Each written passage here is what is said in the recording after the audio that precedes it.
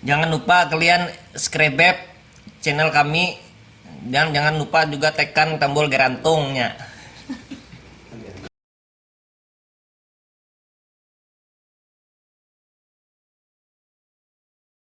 80 sampai tahun 2000-an, atau dengan kata lain generasi muda yang hidup pada zaman sekarang.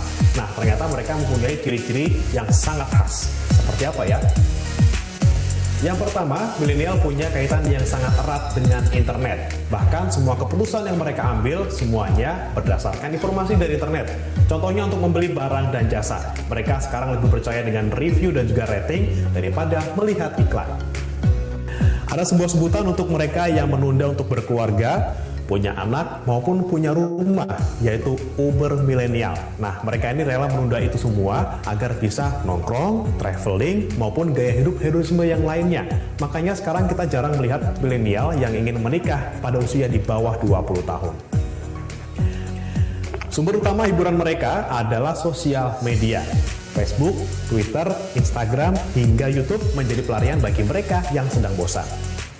Gaya hidup mereka juga sekarang sudah mulai bergeser dari owning atau memiliki menjadi sharing atau berbagi. Musik salah satunya. Kalau dulu mereka mengoleksi CD ataupun kaset, sekarang mereka lebih memilih untuk mendengarkan musik dari aplikasi streaming seperti Joox atau Spotify.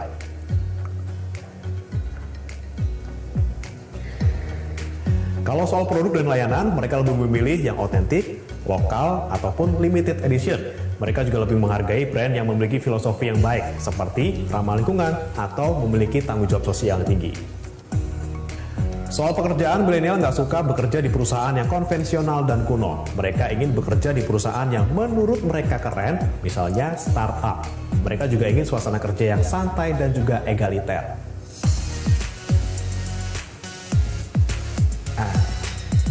Milenial itu biasanya haus sama pengakuan. Isi feed Instagramnya biasanya digunakan untuk pamer lagi traveling ataupun makan makanan mewah. Itu semata-mata agar mereka dapat eksis dan juga terkenal di media sosial. Siapa tahu nanti ada yang endorse, dapat duit deh. Milenial sekarang sudah jarang banget nonton TV ataupun mendengarkan radio untuk cari berita. Mereka sekarang lebih nyari berita ke online ataupun media sosial. Bahkan sekarang bukain akun lambe turah itu lebih menyenangkan daripada baca koran. Udah cerai. Itulah karakteristik milenial zaman sekarang. Kalau saya sih hampir semuanya cocok. Baik, terima kasih. Apa kira-kira kata kunci dari tadi ya, dari video tadi ya? Nah, ada beberapa kategorisasi beberapa generasi gitu ya. Jadi sebenarnya ini dalam konteks kependudukan itu sebenarnya hanya untuk memudahkan seberapa banyak generasi-generasi yang akan muncul fenomena dan trennya saat ini ya. Nah, dalam kesempatan ini saya mencatat ada 4 ya. Mungkin di generasi yang anak cucu kita nanti itu mungkin lebih ada generasi apa lagi gitu kan.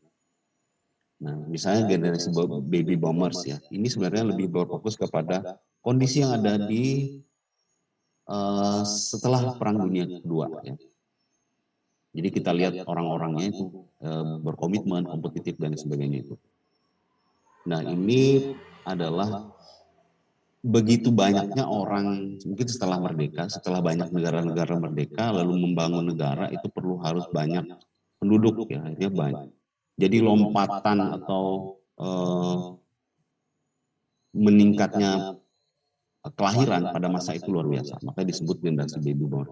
Mungkin ini adalah generasi dari gue dan tambi kita, bapak ibu kita ya. Nah, sekarang masuk ke generasi X ya. Itu sekitar tahun 65 ya. Sudah mulai ada mapan saya lihat ya. Misalnya dari sisi kerjaan.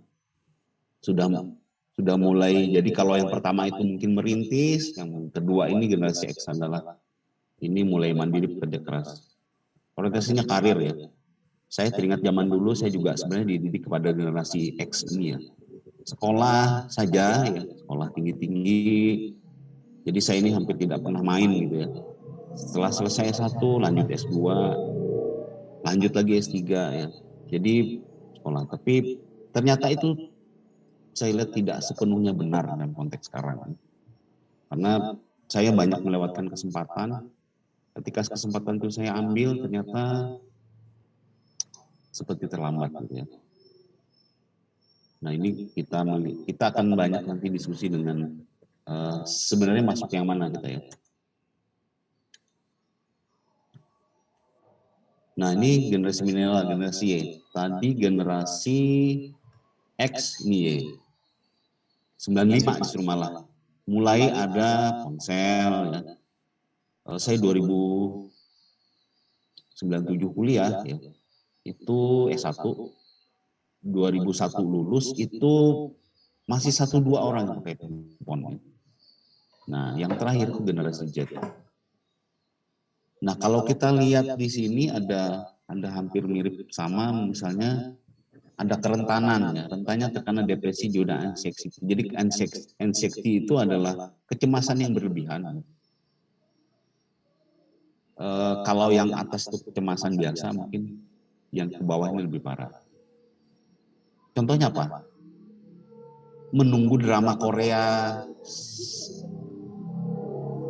episode selanjutnya tuh cemas kita. Ini arahnya kemana nih? Menunggu anime Naruto mati apa enggak? Misalnya gitu ya. Itu sudah ada kecemasan di kita. Itu adalah contoh. Saingan saya produk yang dia pakai apa sih? Oh, jadi rame stalking gitu ya. Nah ini adalah dan juga sangat tergantung sekali dari internet ya. Jadi kalau ada kebutuhan pokok sandang, pangan, papan, yang terakhir adalah juga kuota data.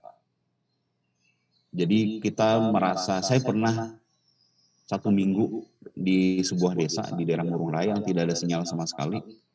Kita harus naik gunung untuk mencari sinyal. Walaupun hanya untuk update status gitu. Nah, gitu. Kebayang misalkan Anda yang sudah biasa pakai handphone, itu tidak bisa mengupdate media sosial Anda, itu rasanya gimana gitu. Coba puasa handphone 1 bulan. Ya pasti akan gimana ya. Nah ada bahasa gaul dan sebagainya, itu adalah menjadi ciri khas dari generasi Z dan generasi milenial. Sama, hampir mirip ini. Nah ini dari Republika sumbernya, ada 80 juta sampai 2001. Tentu akan bertambah ketika ini tahun 2021. Ya dia sangat internet sekali ya. Makanya kalau tidak akan pernah mati Telkomsel, Indosat, Excel ya. Karena penggunanya ini semakin bertambah ya. Misalnya juga tontonan. Jadi benar apa yang disampaikan, saya ini tidak punya TV di rumah. Memang tidak suka nonton TV juga, dan dulu waktu punya TV itu hanya untuk nonton bola dan liputan tentang Nat Geo Wild. Setelah itu nggak ada. Berita pun lebih percaya kepada berita detik.com dibandingkan ya nonton TV. Apalagi sekarang setelah TV itu dikuasai oleh dikuasai sama beberapa partai politik, saya jadi malas nonton TV. Nah ini ada beberapa permasalahan yang dihadapi sebenarnya yang mesti kita sadari ketika kita melihat konteks generasi milenial dan konteks permasalahan bangsa. Kita jadi cenderung konsumtif gitu ya. Siapa yang diuntungkan? Yang diuntungkan adalah pebisnis, apapun gitu ya. Nah, kemudian ada beberapa gerakan intoleran. Jangan salah, beberapa pengebom bom bunuh diri di Indonesia itu adalah anak-anak muda dan tidak tahu apa-apa gitu ya. Nah ini yang terjadi. Ya. Mudahnya pada saya melihat kelabilannya. Pada sisi yang lain mereka sangat idealis dengan segala macam pernak-pernik hidupnya. Pada bagian itu sangat mudah untuk didoktrin gitu ya. Nah ini yang terjadi. Jadi gerakan intoleran ini sebenarnya juga menyusup. Dampaknya adalah adanya disintegrasi bangsa. Tidak kebayang dari Sabang sampai Merauke ini mengurus budaya yang bermacam-macam, bahasa yang bermacam-macam, kemudian makanan yang macam-macam, itu sangat luar biasa ya. Nah kemudian ada satu dua hal yang tidak pernah tuntas adalah kemiskinan dan keterbelakangan, korupsi dan lain sebagainya. Jadi ini penyakit pembangunan di konteks nasional itu selalu ada ya.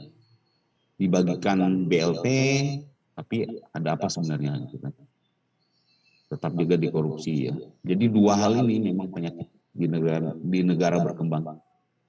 Kalau misalkan negara maju, jangan dikira tidak ada orang miskin, pasti tetap ada. Hanya mereka jaminan sosialnya kuat ya. Berobat tetap gratis, ketika dia punya anak diasuh oleh negara itu betul-betul memang berfungsi. Tapi di kita ini masih belum. Nah kita lihat kondisi Kalimantan Tengah.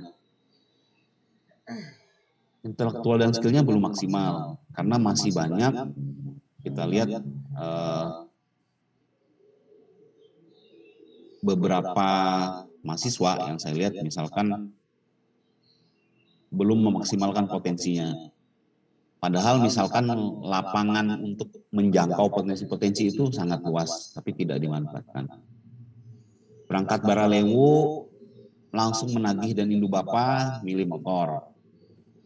Nah, kenapa setiap ada mahasiswa baru, itu sering terjadi kecelakaan ya, di sekitar UPR itu.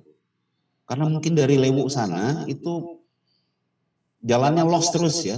Jadi akhirnya ketika Palangkaraya lihat jalan mulus, langsung ngebut saja gitu ya. Nah, di gerbang UPR itu sering terjadi kecelakaan. Itu ada contoh-contoh kecil yang terlihat. Kemudian narkoba, gitu. Kemudian banyak bohong ke orang tua. Jadi ya ini adalah kondisi yang kita lihat di sekeliling kita. Kalau bahasa Jawanya gaya kok sampean. Nah, kurang peka dan lingkungan ini sudah mulai terlihat, misalkan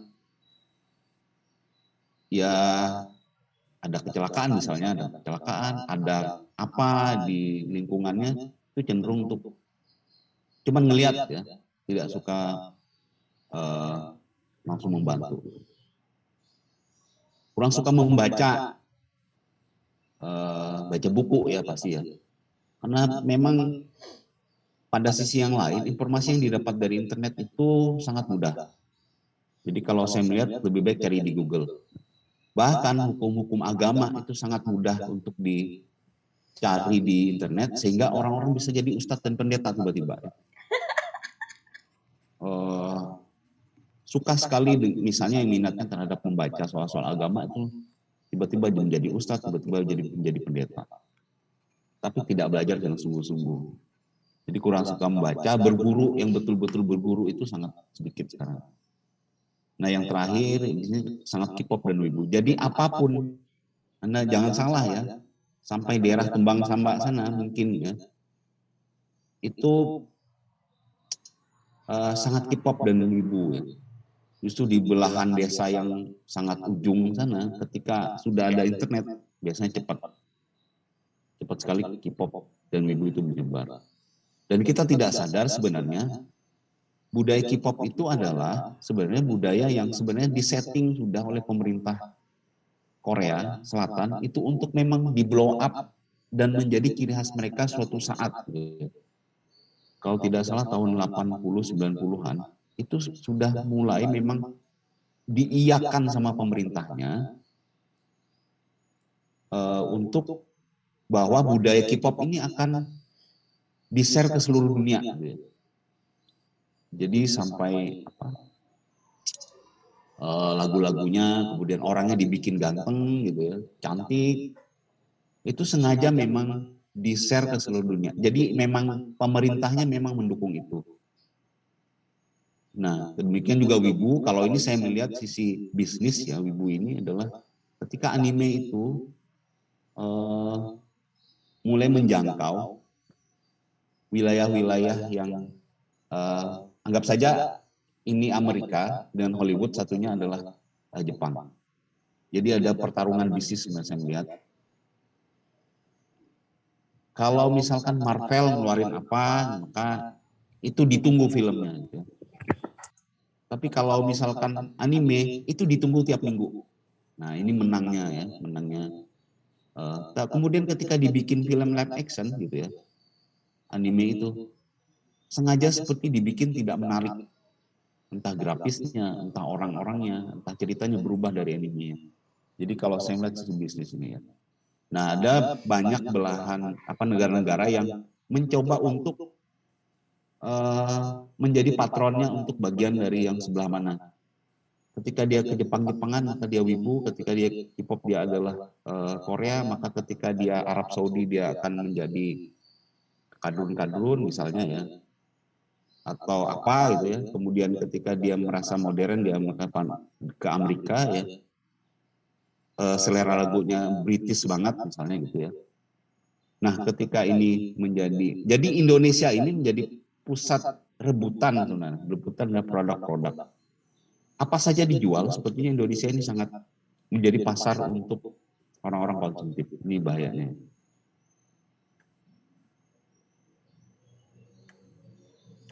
Ini. Nah, ketika kita menjawabnya ada tadi permasalahan yang kita hadapi, mengasah intelektual dan skill ya. Jadi kalau milenial itu saya pikir adalah harus sesuai antara intelektual dan skillnya. Percuma banyak gaya tapi skill nggak ada. Tapi skill banyak tapi intelektual kurang. Jadi mesti diasah dua-duanya ya. Jadi jangan gaya atau belecaki tapi tidak ada punya kemampuan yang lain. Nah, punya kemampuan wirausaha ini jelas bahwa seperti yang di kriteria tadi yang disampaikan di liputan Metro TV itu adalah sangat lokal, sangat branded, limited edition. Nah, bisa tidak teman-teman punya produk yang sangat lokal dan jalan dulu aja lah, masalah izinnya belakangan. Kadang seperti itu. Lihat respon pasar ketika baik. Misalnya saya tinjau dari sisi wirausaha ya. Kemudian memperluas pergaulan. Kadang karena asik main di komunitas, jadi naiklah dikit pergaulannya gitu ya. Biasanya dekat sama komunitas, sama mahasiswa angkatannya saja, cobalah naik pindah ke jurusan lain, pindah ke fakultas lain.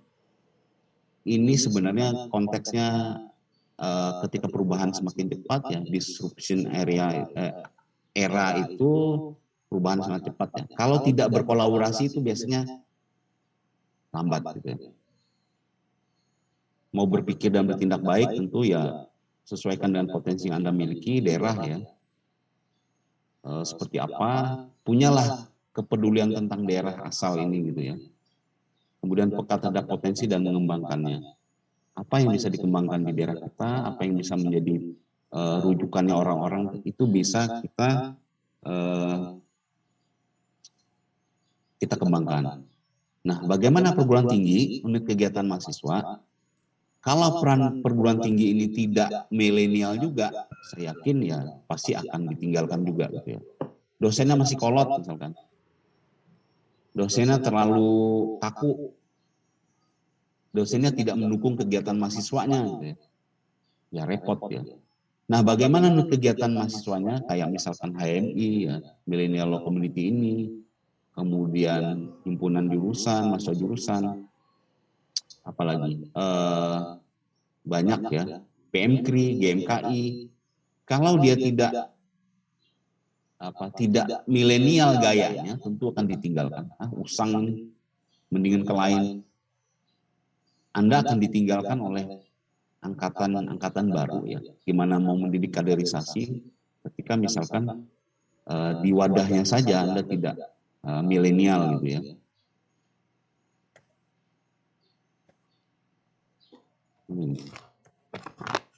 Nah, sebagai renungan di penghujung paparan saya ini, Kalimantan Tengah itu sudah ditetapkan sebagai penyokong ibu kota negara.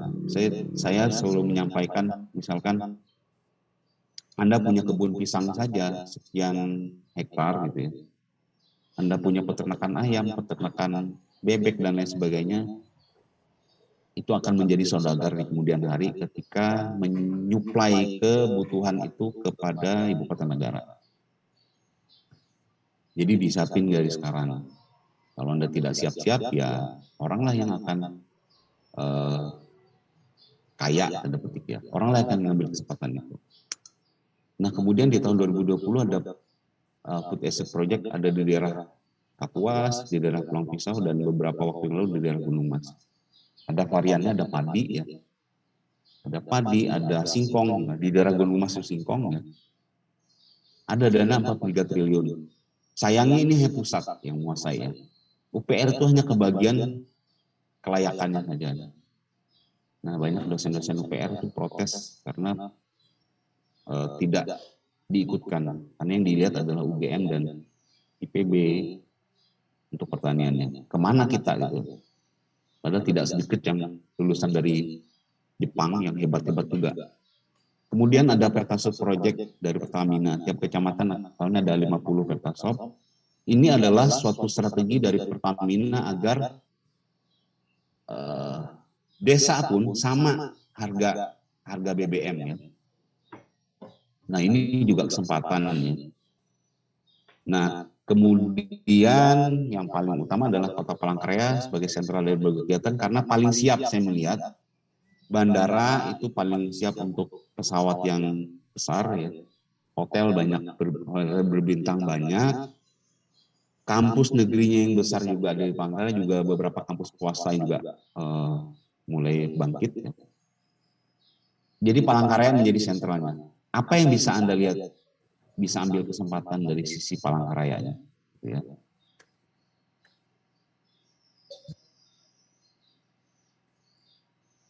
Nah, masa depan ini dari Eleanor Roosevelt ya, masa depan adalah milik mereka yang percaya keindahan impian mereka. Jadi mimpilah banyak-banyak ya, tapi jangan lupa bangun untuk bekerja.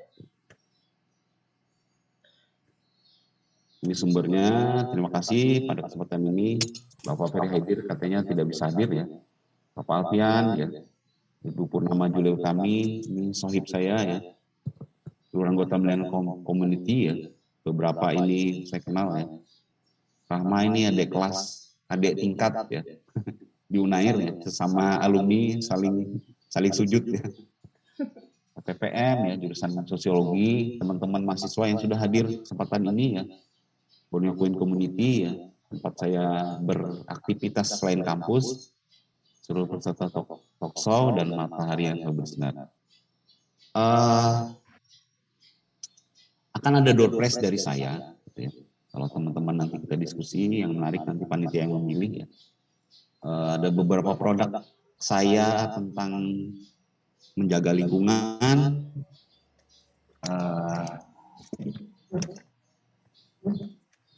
Misalnya celengan ini ya.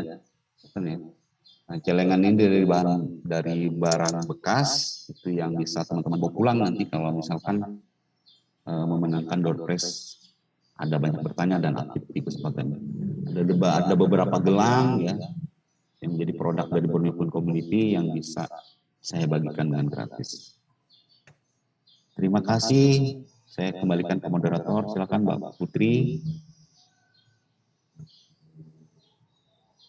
Maaf saya potong, ini udah hadir narasumber kita Pak Muhammad Alfian Mawardi. Halo Bang Alfian, selamat datang di talkshow Millennial Law Community.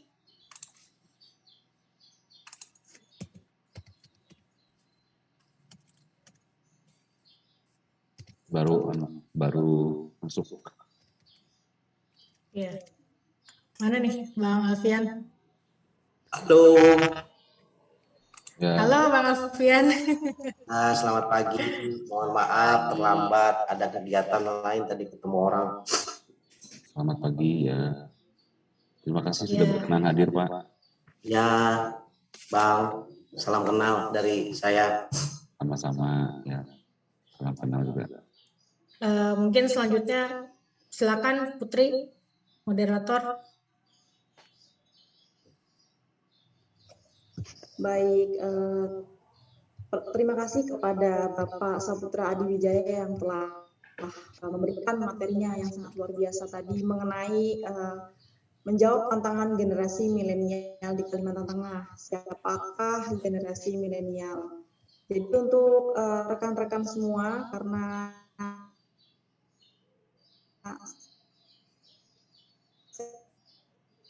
silahkan disiapkan. Oke, karena pembicara kita yang kedua sudah hadir, langsung saja kita sapa beliau. Halo, selamat pagi Bapak Muhammad Alfian Mawardi. Selamat pagi. Bagaimana Pak kabarnya hari ini? Selalu baik, semangat menghadapi hari-hari yang lumayan berat ya, kita menghadapi terutama pandemi COVID-19 sih. Oke, siap Bapak. Sebelum pembicara memaparkan materi yang akan dipaparkan atau sekedar sharing bersama kita, saya akan membacakan beberapa CV terkait tentang beliau. Bernama lengkap Bapak Muhammad Alfian Mawardi, riwayat pendidikan di tahun 2007 sampai 2011 menempuh pendidikan di Universitas Diponegoro dengan bidang di Fakultas Hukum. Kemudian riwayat pekerjaannya tahun 2011 sampai 2014 bekerja di PT Hasnur Citra Terpadu Legal and Permit. Kemudian riwayat organisasi ada 2019 dan sampai 2024. Wow, Ketua Persatuan Sepak Bola Gunung Mas. Dan kemudian di tahun 2021 sampai 2024 Ketua Umum Komunitas Pemuda Kalimantan Tengah. Keahlian mediator, perizinan dan hukum, wawasan atau keterampilan, bahasa Inggris, komputer atau IT, drafting, government relation. Itu tadi beberapa CV terkait beliau. Saya singkat karena terlalu banyak sekali. Kalau misalnya saya sebutkan satu persatu itu akan memakan waktu yang sangat lama, mengingat rekan-rekan sekalian juga pasti ada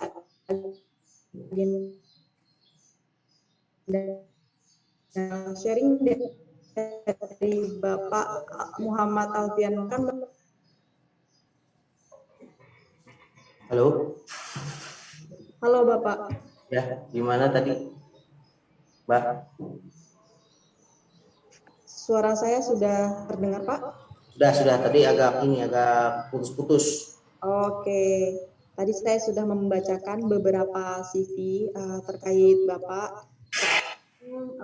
Masuk di pemaparan materi atau sekedar sharing apa yang ingin Bapak sampaikan sepatah dua patah kata untuk rekan-rekan kita yang ada di acara talkshow kita pada pagi hari ini. Oke. Mungkin kalau beberapa hari yang lalu kan saya dihubungi lewat asisten saya masalah tentang talkshow ini ya, talkshow Millennial Law Community, mengenai sinergi milenial membangun Kalimantan Tengah. Yang bisa saya ceritakan sih harapan saya ya untuk pemuda Kalimantan Tengah lebih kepada kita lebih melek, lebih aware masalah beberapa masalah yang ada di Kalimantan Tengah, tapi ini juga dihadapi oleh daerah-daerah lain. Karena ini law community, saya sih lebih berharap kita semua itu aware masalah tentang banyaknya masalah perizinan, terutama lingkungan, lalu juga sekarang pertambangan yang sudah ditarik ke pusat menjadi wewenang pusat. Sebenarnya itu adalah saya pikir seperti kembali ke orde baru. Bagaimana semangat otonomi daerah yang pernah digaungkan akhirnya sebagian besar ditarik lagi ke pusat dan kita sebagai orang daerah cuma sebagai penonton sekarang.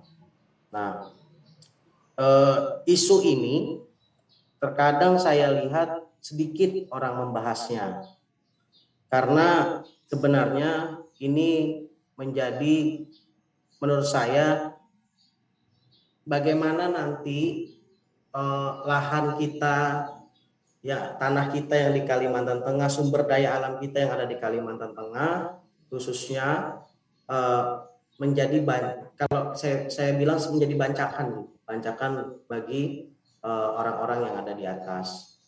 Nah, itu isu yang sebenarnya harus kita angkat secara bersama, dan diskusi ini bukan hanya sekali dua kali, dan kita harus bisa menyuarakan itu kepada wakil-wakil rakyat kita, terutama yang ada di tingkat nasional ya, seperti itu.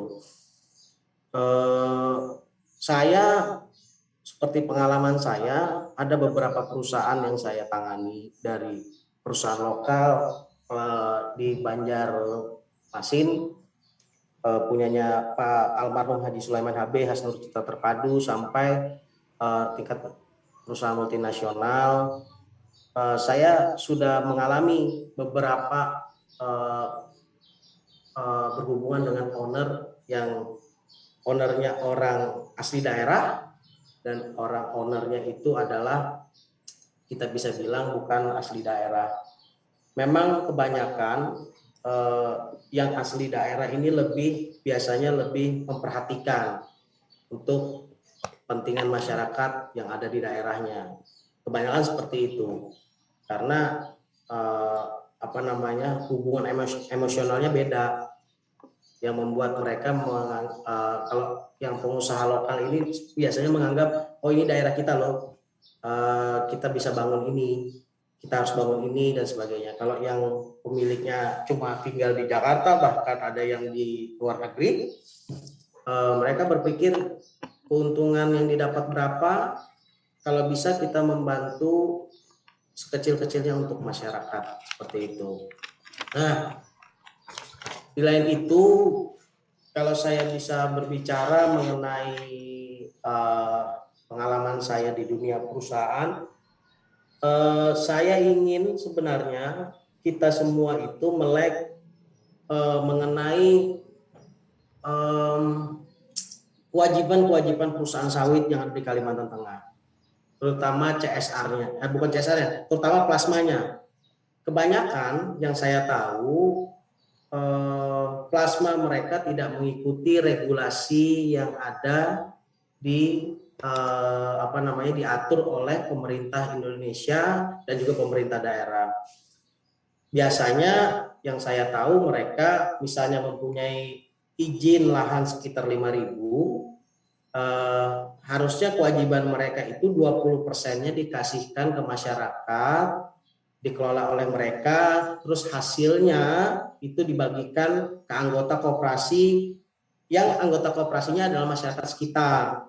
Nah, biasanya itu tidak dilakukan. Mereka misalnya punya 5.000, mereka menyuruhlah masyarakat untuk mencari lagi lahan untuk dia bilang klaim sebagai plasma. Sebenarnya itu kemitraan, beda versi nih. Nah, sebenarnya kalau masalah-masalah ini bisa diselesaikan, saya yakin banyak masyarakat Kalimantan Tengah yang merasakan dampak oleh perkebunan sawit yang ada di Kalimantan Tengah.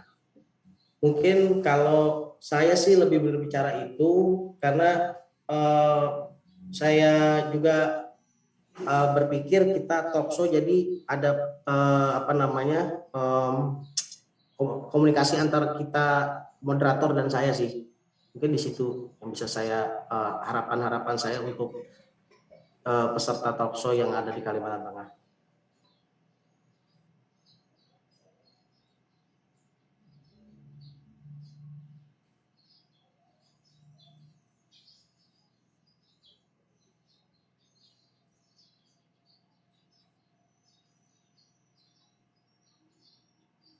Baik, terima kasih untuk Bapak Muhammad Al-Nawawi tadi yang telah menceritakan pengalamannya selama bekerja perusahaan, kemudian mengenai harapan kepada pemuda Kalimantan Tengah agar lebih melek lagi terhadap masalah yang ada di Kalimantan Tengah.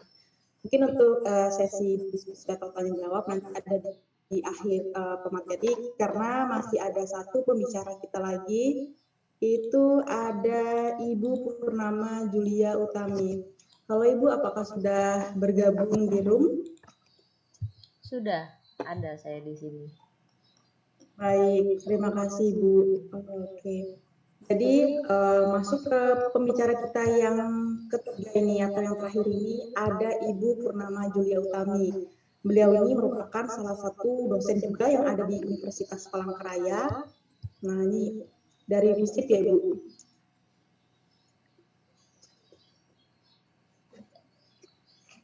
Oke, untuk selanjutnya saya akan membacakan beberapa CV terkait Ibu Tami ini ya.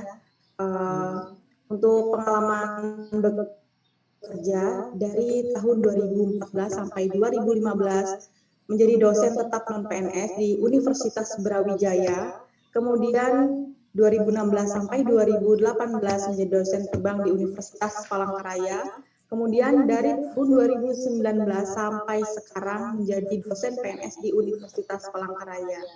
Pendidikan beliau ini menempuh S1 dengan bidang ilmu politik itu di Universitas Brawijaya Malang, Jawa Timur. Kemudian menempuh S2 ilmu politik juga di Universitas Airlangga Surabaya, Jawa Timur. Nah, jadi ada beberapa pengalaman penelitian beliau nih sangat banyak sekali, akan saya bacakan beberapa.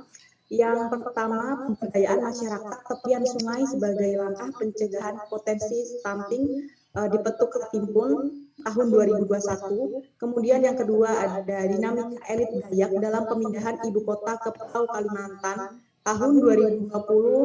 Lalu ada juga analisis industri ekonomi sawit dan dampaknya terhadap PAD Kalimantan Tengah. Itulah beberapa pengalaman penelitian beliau yang bisa saya bacakan. Mungkin langsung saja ke Ibu Tami, silahkan Ibu. Baik, terima kasih ya untuk Mbak Putri dan juga Mbak Emma dari Millennial Law Community yang sudah mengajak saya via Pak Dr. Saputra Adi Wijaya untuk bercerita di sini berkaitan dengan sinergi milenial dalam membangun Kalimantan Tengah. Sekedar pemberitahuan bahwa konsentrasi saya semenjak tahun 2015 itu adalah politik identitas, politik rasis bahasa warung kopinya. Jadi ketika kita ngomong identitas banyak sekali yang melekat di dalam diri kita gitu. Saya sendiri memiliki beberapa identitas sekaligus yang saya usung di berbagai tempat dan juga fungsinya berbeda-beda. Contoh paling ringkas itu adalah ketika saya berbicara di dalam rumah saya secara internal, saya memiliki posisi sebagai anak. Bisa juga saya memiliki posisi sebagai kakak, sekaligus saya memiliki posisi sebagai adik. Identitas itu tidak bisa kita lepaskan begitu saja. Nah, sama seperti kawan-kawan sekarang, ketika posisi kawan-kawan itu di hari Senin sampai dengan Jumat adalah mahasiswa, hari Sabtu dan Minggu bisa jadi cuma sekedar manusia biasa. Jadi tidak ada status yang rigid di antara kita semua. Dalam beberapa hal ketika berbicara tentang millennials ya, kita ngomong banyak sekali identitas yang melekat berkaitan dengan itu. Saya coba kutip siapa namanya?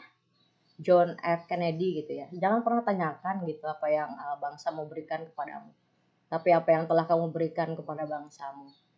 Jadi itu harus loud and clear bahwa kita sebagai manusia, especially manusia di Kalimantan Tengah itu harus bersatu padu membangun Republik Indonesia ini. Walaupun realitanya dari Pak Alfian tadi, kita selalu termarginal. Kalimantan Tengah ini selalu dimarginalkan. Kenapa? Karena di beberapa sisi kemampuan bersaing kita itu dipertanyakan. Persaingan mungkin dieliminir ya di masa sekarang. Kawan-kawan bisa lihat, kita harus mengurangi persaingan. Kita harus berkolaborasi. Kata kunci yang disampaikan oleh Pak Putra tadi, Pak Dr. Saputra, adalah berkolaborasi. Kita bekerja sama tiap generasi. Mungkin ketika teman-teman melihat saya di kampus, ya saya seperti itu. Tapi ketika berurusan dengan bangsa dan negara, kita beda lagi. Kita punya satu tujuan, jelas di dalam undang-undang. Nah, ada cerita gitu terkait Dwayne Maverick tentang identitas ini. Kadang-kadang ketika teman-teman mengasosiasikan diri terhadap suatu identitas, akan muncul yang namanya eksistensi. Sudah diuraikan Pak Putra juga tadi. eksistensi ini merasuk di dalam beberapa sudut gitu. Sudut-sudut ego kita yang di pojokan sana yang tidak pernah orang tahu itu masuk ketika teman-teman punya misi tertentu dan itu disampaikan, orang akan membaca, melihat, memahami dan mencoba meresapi apa maunya teman-teman terhadap tujuan yang teman-teman sampaikan. Kita sekarang kalau misalnya nanya-nanya tujuan itu nggak perlu lagi wawancara eksklusif gitu. Cukup perhatikan saja sosial medianya.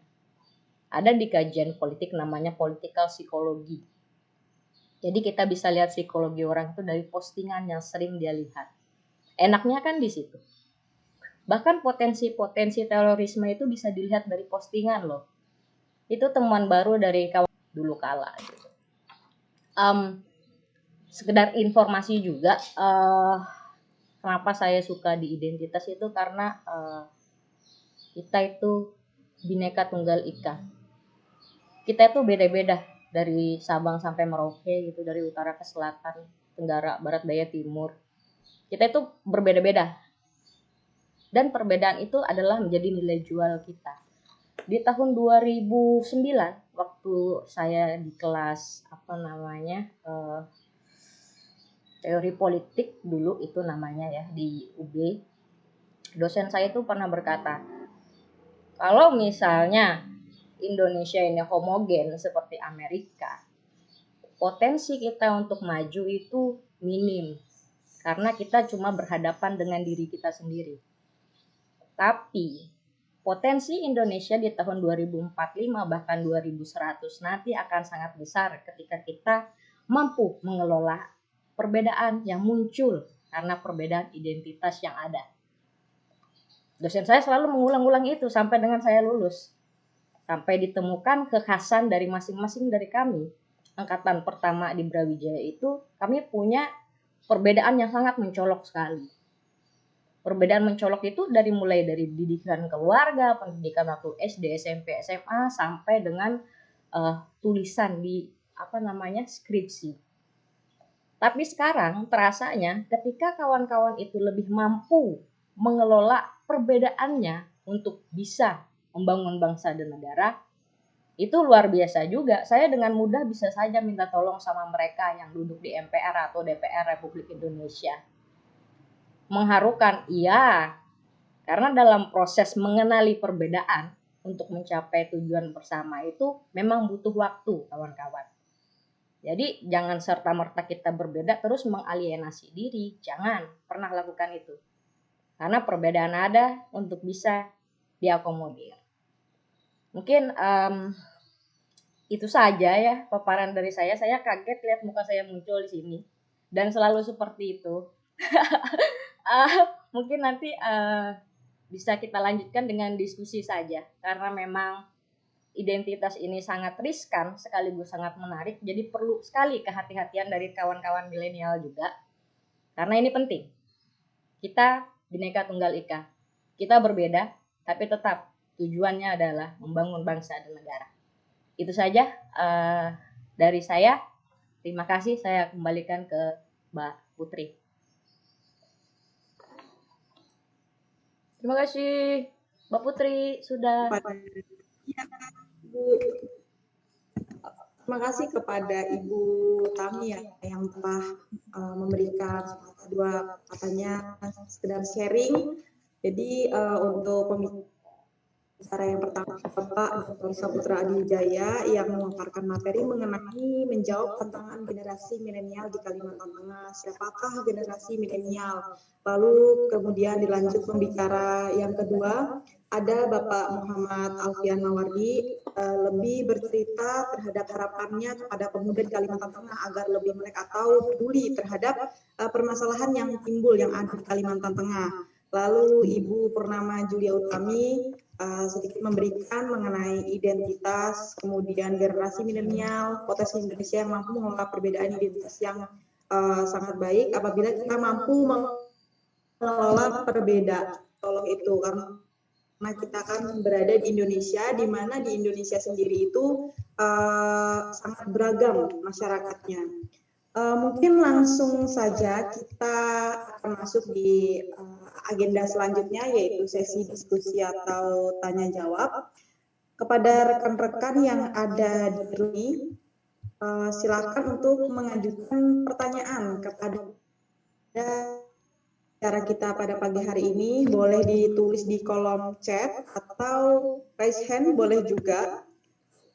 Karena nanti akan ada door prize ya bagi penanya yang pertanyaan terbaik.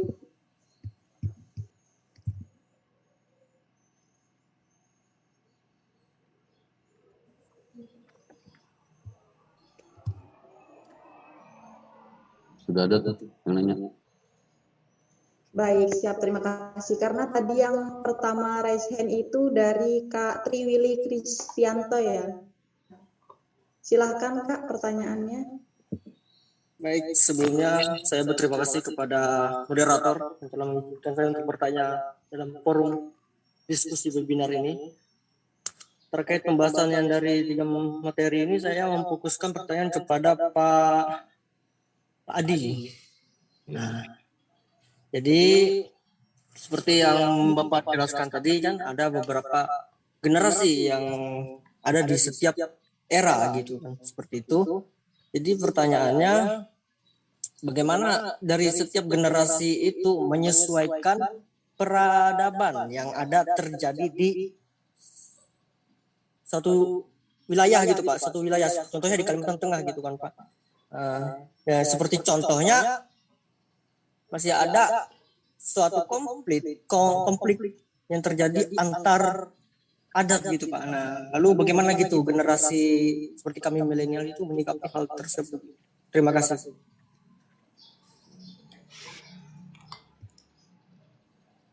Untuk Kak Triwito tadi ya, silahkan. Jawab Pak, dikumpulin dulu nih. Untuk menanggapi. Baik, terima kasih Mohon maaf Pak, saudara. suaranya putus. Halo, ya, dengar ya? Halo, dengaran ya? Halo, halo. Kedengaran Pak. Oh iya, kedengaran. Baik, terima kasih kepada saudara Willy yang tadi sudah menanyakan bagaimana tiap generasi itu bisa menyesuaikan ya. Misalkan di Kalimantan Tengah itu terkait dengan hal-hal konflik ya. Kalau kita bahas konflik itu banyak sekali permasalahannya. Saya melihat sebenarnya di Kalimantan Tengah ini ada potensi konflik seperti yang tadi disampaikan Bu Tami dan Pak Alpian. Biasanya terkait dengan potensi lahan, konflik lahan ya. Ada kecenderungan bahwa orang Dayak itu sangat mudah menjual lahan. Itu sering terjadi ya. Nah, ketika lahan-lahan ini sudah dikuasai pendatang, tempat-tempat strategis biasanya, orang-orang Dayak lalu semakin ke dalam, lalu akhirnya ketika di dalam sana, ya di pedesaan sana itu sudah tidak ada lagi yang bisa dikerjakan, mereka seakan-akan mau menuntut kembali, mau mengambil kembali lahan yang sudah mereka jual itu dari para pendatang. Nah ini yang saya lihat. Misalkan dulunya itu adalah jalan utama, jalan protokol poros gitu ya. Itu mereka jual, lalu mereka pindah ke pedalaman. Ketika di pedalaman sudah tidak bisa lagi untuk bermata pencaharian, lalu mereka akhirnya menuntut seolah ingin menguasai lagi yang wilayah strategis itu. Ini yang sering terjadi ya, sering terjadi, bakal ada potensi besar di sana konfliknya. Nah, apa yang mesti dilakukan gitu ya ketika melihat potensi ini adalah ya bagian yang pertama adalah sebenarnya menguatkan potensi dan karakter dari orang-orang lokal.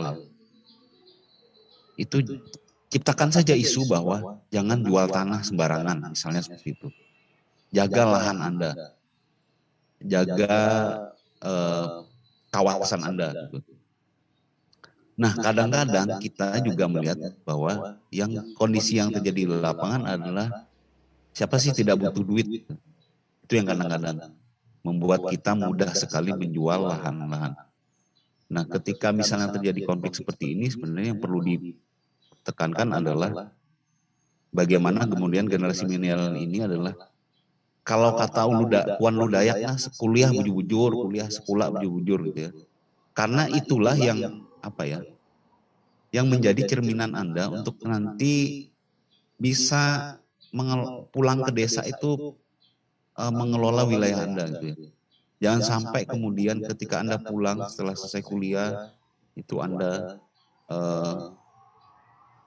pulang itu tidak bisa apa-apa. Nah, akhirnya Anda berjuang di kota dengan minim skill ya, itu membuat masalah baru ya. Itu yang terjadi ketika misalkan banyak migrasi orang-orang ke Jakarta misalkan. Itu tanpa skill, tanpa kemampuan intelektual, akhirnya jadi mohon maaf misalkan bahasa saya gelandangan, jadi preman, membuat masalah baru gitu, masalah baru di ibu kota. Saya juga sebenarnya tidak ingin generasi muda Dayak itu, generasi lokal orang-orang kita di sini itu seperti itu. Saya pernah pengalaman ya membimbing KKN di daerah Gunung Mas. Bayangkan kelas 4 SD, kelas 5 itu tidak bisa membaca. Ya. Saya sampai bingung ini metode pendidikannya kayak apa gitu kan. Itu adalah hal sederhana yang kita lihat. Entah itu karena takut, gurunya takut dengan orang tuanya nanti diserang oleh orang tuanya bahwa harus menaikkan anak ini naik kelas. Sehingga atau juga gurunya tidak ingin bermasalah di 1 tahun dia sekolah itu akhirnya cepat-cepat dinaikkan. Itulah kondisi yang ada. Kemudian konsumtifnya kita tidak memungkiri bahwa orang Dayak itu sangat suka hura-hura dan sangat tidak mau dengan uang kecil. Ya. Maunya tuh yang kayak besar-besar langsung ya, jual lahan, kerja emas, kerja tambang dan segala macam. Memang sekali panen itu besar sekali. Nah, apa yang dilakukannya ketika ke kota, ke Palangkaraya? Ya kondisi real sosiologisnya adalah ke Vino, ke tempat hiburan malam. Begitu paginya garuk-garuk kepala, lepah 5 juta lem dong. Jadi tolonglah seperti ini itu dimulailah dihilangkan. Cobalah sadar dengan aset, sadar aset Anda, sadar dengan sadar dengan potensi yang Anda miliki di daerah, lahan terutama, agar tidak terjadi seperti generasi-generasi yang kita bisa lihat. Mungkin tetangga kita, mungkin om dan tante kita, mungkin juga sekitar kita itu ada yang bangkrut hidupnya. Nah, jadi adaptasi itu bisa dilakukan misalkan dengan tidak sembarangan menjual aset. Itu yang bisa saya lihat ketika itu berhadapan dengan orang-orang yang orang-orang Dayak sendiri. Saya orang Dayak ya. Jadi sedikit banyak tahu, ini otokritik juga buat saya bahwa itulah yang terjadi dengan saudara-saudara saya juga di desa. Mudah sekali menjual lahan. Dan juga anak-anaknya tolong jangan lupakan pendidikan gitu ya. Karena saya juga guru, dosen ya, saya sangat concern juga dengan pendidikan. Karena di pendidikan ini adalah salah satu jalan pola pikir sebenarnya. Jadi kalau tidak untuk bekerja, tapi paling tidak ada pola pikir yang berubah di generasi kita ini ya. Jangan sampai sudahlah yang bapak ibu kita, datuk gue kita itu, tambi kita yang sudah lama itu dengan pola-pola lama. Itu kita ulang lagi gitu ya. Ambillah yang baik-baik yang sesuai dengan kondisi zaman. Kita aplikasikan di kita gitu kan. Jadi ini yang bisa saya sampaikan secara singkat, nanti kalau kurang bisa kita diskusikan lagi. Terima kasih. Silakan saya kembalikan ke moderator Mbak Putri. Baik, siap. Terima kasih untuk Bapak Saputra Adiwijaya yang telah menanggapi pertanyaan dari Kak Triwili tadi ya. Gimana Kak dengan tanggapan Bapaknya? Ya, sangat jelas dan tepat dengan pertanyaan yang saya berikan. Terima kasih Pak.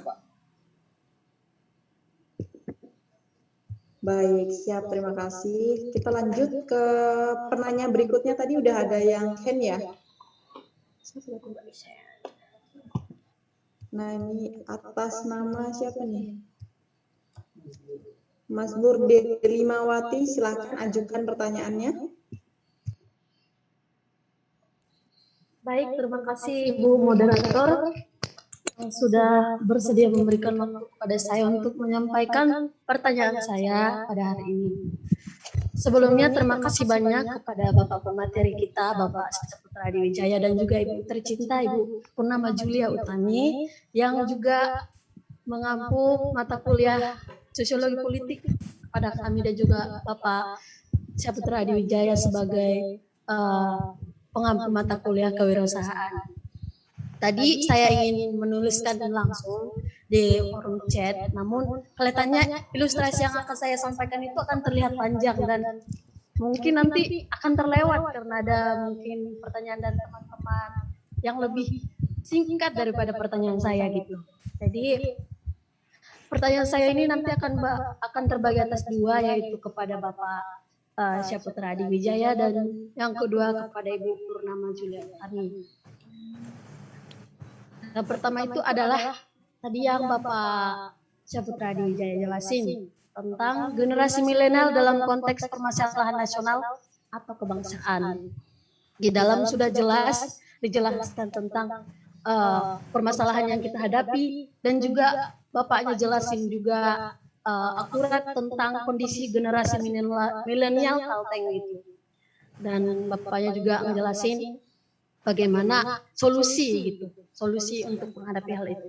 Namun yang saya tanyakan adalah karena kita tahu zaman sekarang adalah zamannya di mana gadget itu kayak mengambil alih penting itu dalam segala aktivitas kita.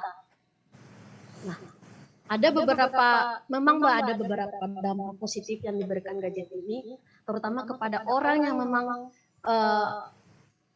bakatnya itu kayak influencer gitu, YouTuber, yang dapat menghasilkan uang, tentu dapat menambah atau memperbaiki ekonomi beberapa orang. Namun kepada kita milenial yang mungkin tidak memiliki bakat seperti itu, jadi kita merupakan kayak melihat saja seperti yang Bapak sampaikan tadi, cuman menikmati, melihat, menonton gitu. Jadi kayak tadi yang permasalahan yang Bapak bilang yang ada di dalam konteks Palangkaraya ini, kan Pak, bagaimana cara menyeimbangkan antara intelektual dan cara menyeimbangkan keintelektualan itu dan skill yang belum maksimal itu kepada kita milenial yang tidak memiliki bakat itu dalam segi gadget, ya Pak. Karena tapi tadi Bapak sudah menjelaskan tentang di slide itu tentang menjawab tantangan global generasi milenial. Jadi yang saya tanyakan itu adalah bagaimana cara menyeimbangkan keintelektualan itu kita sebagai mahasiswa lah, khususnya sebagai mahasiswa dalam menyikapi hal itu supaya dapat menyeimbangi antara keintelektualan kita dan juga sebagai generasi pengguna gadget gitu Pak. Kemudian yang kedua adalah untuk pertanyaan kepada Ibu Purnama Julia Utami. Yang disampaikan oleh Ibu adalah kayak karena sumber daya manusia kita yang masih rendah, yang belum yang dinamakan berprestasi lah, belum semuanya berprestasi. Namun ada beberapa orang juga yang benar-benar sudah berprestasi, namun itu hanya beberapa persen saja, itu Bu. Jadi untuk kita ya di zona mahasiswa, bagaimana atau seperti apa contoh kolaborasi yang dapat kita lakukan Bu untuk meningkatkan potensi di negara Indonesia ini. Itu saja Bu. Terima kasih. Terima kasih. Baik.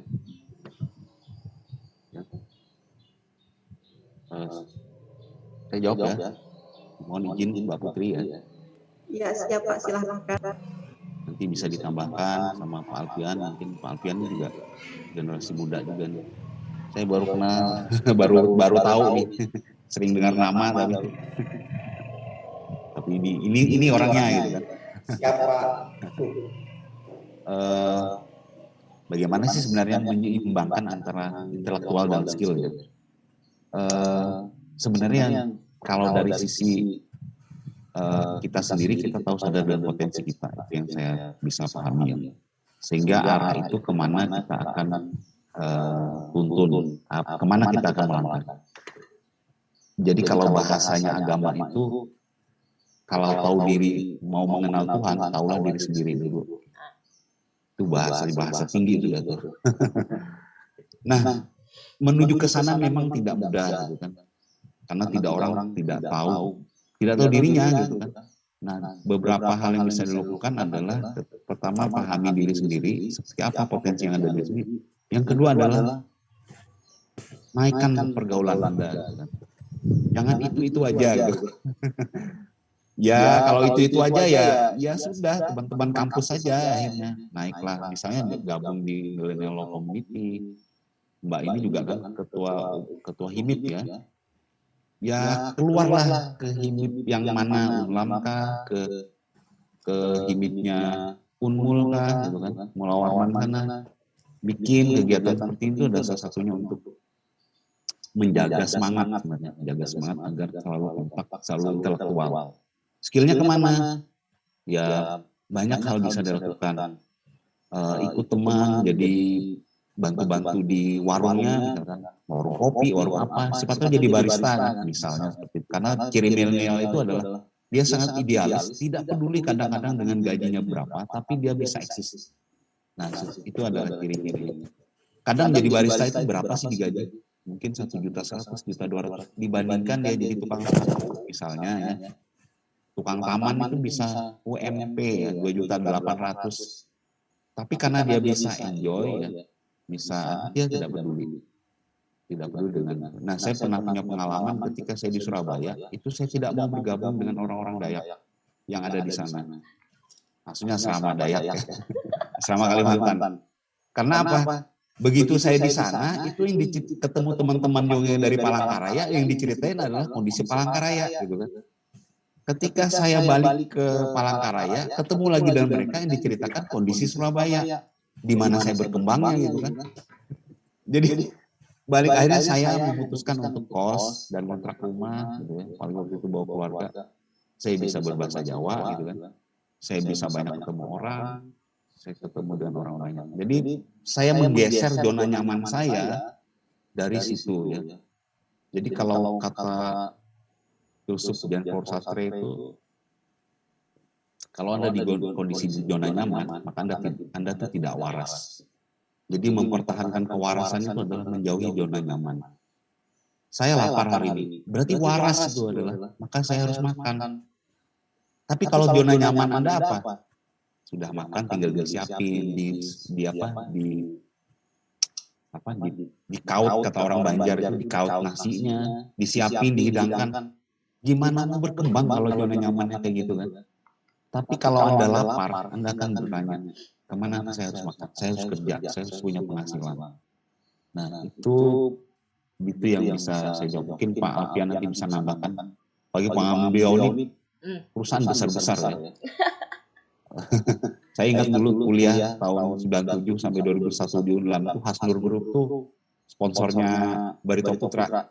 Iya Pak. Nah, ya kan. Sampai sekarang kayaknya Pak. Sampai sekarang. Jadi luar biasa besar. Jadi Pak Sulaiman Habib itu salah satu orang bakumpa yang sukses di Banjarmasin, termasuk wali kotanya itu Pak Ibnu Sina, teman baik saya dulu. Teman saya satu rumah malah dengan Pak Ibnu dulu. Dan saya baru tahu Pak, dia orang Purta. Iya, Pak ya. Nah, itu dulu pernah satu pengajian dengan beliau ya, di Unlam. Baik, terima kasih atas pertanyaan. Nanti Mas Tri dan Mbak Delima bisa ke saya. Nanti kebetulan kalau sama-sama di Palangkaraya, ambil door prize dari saya ya. Terima kasih. Pak ya. Pak dan Ibu izin saya nambahkan. Ya, silakan. Saya menarik tadi dari Pak Adi. Sama Pak, saat saya yang tadi kata Bapak waktu di Surabaya tidak berkumpul dengan orang sedaerahnya itu sama. Saya dulu waktu saya kan sekolah besar di Banjarbaru kan. Lalu karena mungkin kita anak muda banyak kenakalan waktu remaja, saya dikirim lah. Saya pengennya dulu Pak, Bu, mau kuliah tuh di mau kuliah di Jogja, karena kita kan banyak orang Kalimantan di sana kan. Zona nyaman itu. Zona nyaman. Nah, lucunya orang tua saya tidak mau saya kuliah di sana. Wih, kamu nanti jadinya seperti itu lagi katanya kan. Dikirimlah saya ke antah berantah namanya Semarang di Undip. Orang Kalimantannya sedikit. Nah, lalu sama Pak, saya dulu bisa ini Pak, sahabat-sahabat saya itu orang Jawa semua. Nah, orang Jawa semua yang akhirnya ngebuka pikiran saya Pak. Artinya ngebuka pikiran bahwa kita hidup itu bukan cuma orang Kalimantan, tapi ada orang lain yang bisa kita ambil gitu loh. Manfaatnya apa gitu loh. Nah, dan di situ Pak, saya bisa bilang kata Ibu Tami ya. Kata Ibu tadi tentang apa namanya politik identitas. Saya jujur aja dulu kan kalau di Banjar kita kan keras lah, pendidikan keras tentang agama nih kan.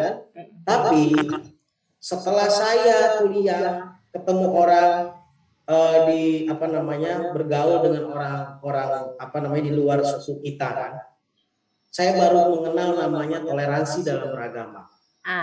Nah di Banjarmasin kita puasa orang buka warung itu masalah, tapi boleh kalau di Jawa itu buka, tapi maksud saya itu tuh harusnya tidak membuat kita menjadi tidak beribadah.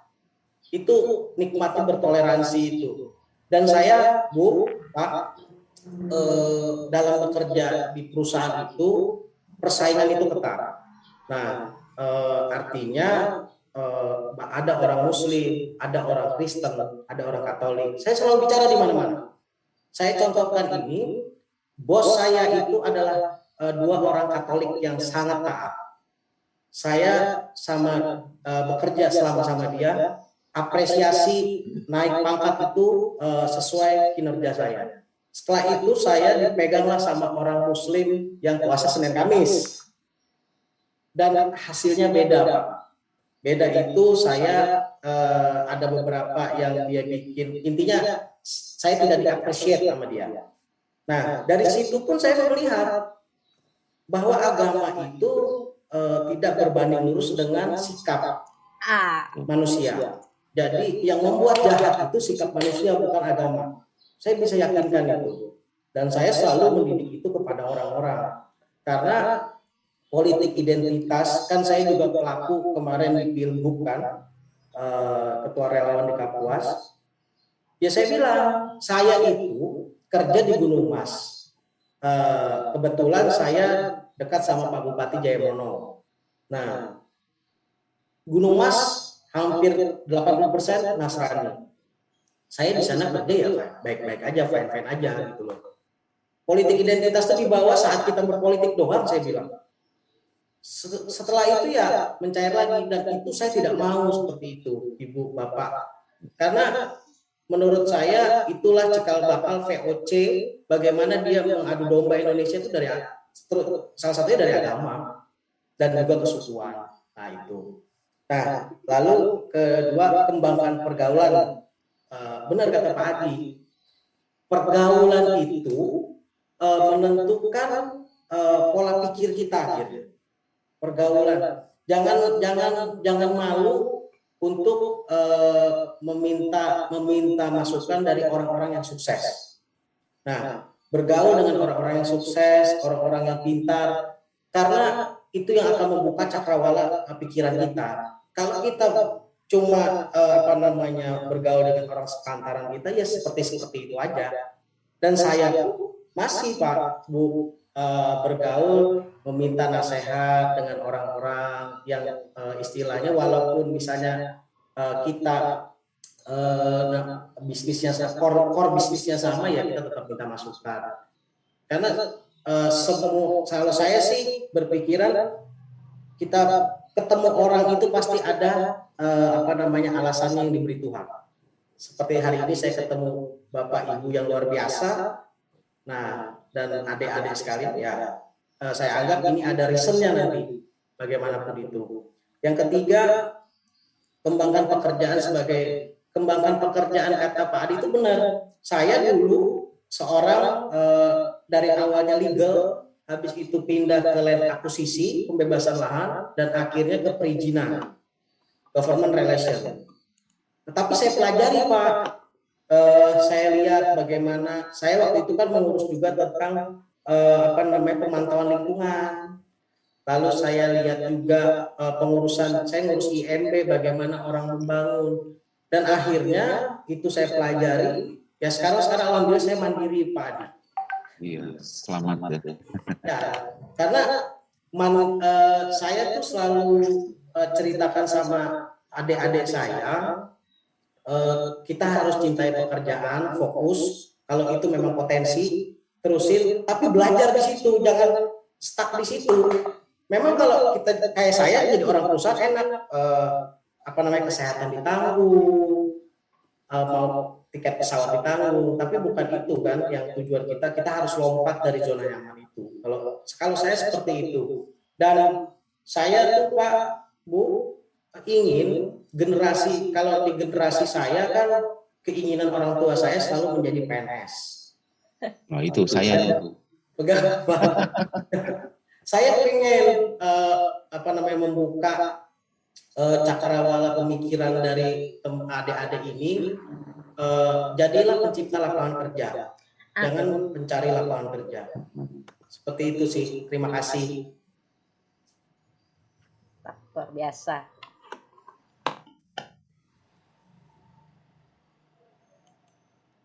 Keren Pak Alfian ya, luar biasa sekali. Ya, saya dulu juga tidak bercita-cita jadi PNS Pak. Cuma ketika iseng saya itu di atas rata-rata, tiba-tiba keterima Pak, ya sudah saya jalani. Saya dulu punya cita-cita mulia gitu, jadi pengangguran, bergaji besar. Iya Pak, oke. Mbak Putri, saya boleh jawab tadi ya? Ya, silakan Ibu langsung saja dijawab pertanyaannya Bu. Nah itu tadi Delima, ketika ngomongnya kolaborasi seperti apa yang bisa kita lakukan, mungkin Delima itu berkolaborasi sama milenial gitu, dan kami bertiga gitu. Bisa jadi itu adalah salah satu bentuk kontribusi untuk Indonesia. Kita tidak tahu nanti akan menyelesaikan masalah di sudut Kalimantan sebelah mana. Yang pasti belajar itu bisa di segala tempat, tidak hanya dapat dari universitas.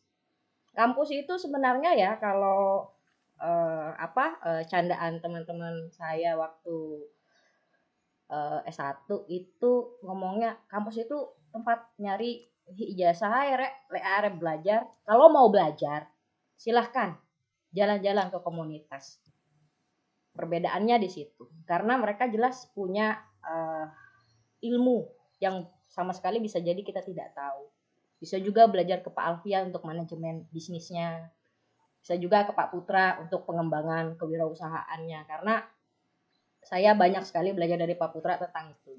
Berkolaborasi itu tidak serta-merta kita harus ikut. Tapi kita berpartisipasi aktif saja sudah termasuk kolaborasi. Gitu, Delima. Terus tadi sama Triwili ya, segala macam perbedaan ya, apapun itu pasti akan menimbulkan konflik. Di dalam sudut pandang politik dan kebijakan publik, konflik itu adalah sarana untuk penyatuan. Begitu. Jadi jangan anggap buruk konflik. Konflik itu adalah peristiwa yang paling penting dalam setiap organisasi. Kalau nggak ada konflik, zona nyaman tidak baik. Jelas ya. Oke, gitu saja dari saya kok, Alfian ternyata. Ternyata kita bertiga menjauhi kampung kita sendiri ya di perantauan sana. Saya juga Bu, ini Bu. Iya. Foundernya milenial. Founder juga ini. Nah, gak apa-apa. Iya. Itu saja. Mbak Putri, saya mau nambahin deh. Mungkin saya juga kepada adik-adik. Memang pengalaman saya pun dari S1 di Surabaya dan lanjut lagi kembali ke Surabaya lagi untuk studi S2 saya di Magister Hukum Universitas Airlangga, memang ya sama seperti kayak Pak Putra, saya punya banyak teman, tapi teman saya semua arek Surabaya. Jadi saya nggak punya teman orang asli Kalimantan Tengah tuh nggak ada. Kalaupun ada pun cuma say hi biasa gitu loh. Selebihnya ya cangkruk-cangkruk, diskusi gitu ya sama teman-teman sesama arek Surabaya. Dan juga saya tuh orangnya termasuk orang yang pede. Pede dalam artian ya bersilaturahmi lah dengan beberapa alumni, mungkin alumni yang sudah memiliki nama di kota Surabaya, bahkan memiliki komunitas atau yayasan. Di situ saya membuka diri untuk bersilaturahmi, meskipun saya sebenarnya tidak kenal dengan beliau gitu loh. Dan juga angkatan alumni pun jauh, tahun 90-an. Tapi ya, bagi saya perlu silaturahmi nih untuk apa? Menambah relasi, menambah ilmu juga. Karena ketika alumni itu, mereka tuh kalau alumni selalu welcome. Mereka tidak menolak kehadiran kita, bahkan mereka tidak segan untuk memberi ilmu, memberi saran dan masukan bahwa seperti ini loh, kalau kamu mau bentuk komunitas tuh gini loh. Nah, makanya dari hal inilah saya memberanikan diri untuk mendirikan Millennial Law Community, karena itu merupakan suatu di Kalteng sendiri belum ada komunitas yang concernnya ke hukum. Nah, sehingga ini peluang buat saya nih, apa yang saya dapat ilmu dari Surabaya, saya bawa ke Kalimantan Tengah, saya bagikan ke adik-adik semua. Nah, seperti itu. Jadi, meskipun kita perempuan, ya kita juga harus berani gitu loh. Harus berani keluar dari zona nyaman, ya pede aja gitu, kenalan sama orang sana-sini. Karena itu akan berpengaruh pada circle lingkup pertemanan itu berpengaruh pada pola pikir kita. Jadi ketika kamu bergaul sama si A, si B, dilihat dulu orangnya, ini orangnya berdampak nggak buat kita nih. Tapi kalau misalkan hanya rame-rame sih nggak masalah, cuman ya ambil sisi baiknya, tapi yang buruknya jangan lah gitu. Selebihnya ya bisa cari circle pertemanan yang lebih baik lagi. Mungkin contohnya seperti Bang Alfian nih, Bang Alfian lebih berpengalaman banyak di perusahaan, nah itu bisa sharing ilmunya. Mungkin tentang perizinan tadi kan, perizinan IMB kan udah berganti di Undang-Undang Cipta Kerja kan jadi PBG. Ya meskipun ya podo ae, namanya aja yang berubah. Nah, mungkin itu dari saya. Mungkin saya kembalikan kepada Mbak Putri. Oke, baik. Terima kasih kepada 3 pembicara kita yang sangat luar biasa sekali, karena tadi sudah menanggapi pertanyaan dari salah satu peserta talkshow kita pada hari ini. Kita lanjut ke pertanyaan yang berikutnya. Ini ada 2 penanya ya, dari kolom chat dan juga ada yang raise hand, tapi kita langsung ke kolom chat aja.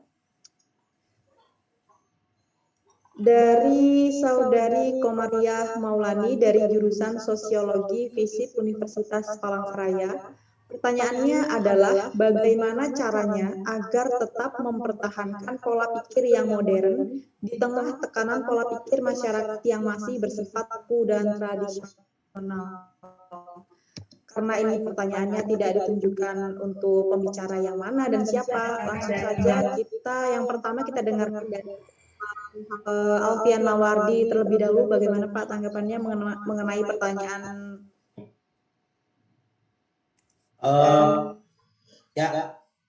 Bagaimana caranya agar mempertahankan pola pikir yang modern di tengah tekanan pola pikir masyarakat yang masih bersifat kaku dan tradisional. Nah, saya tuh bingung nih, pertanyaannya nih,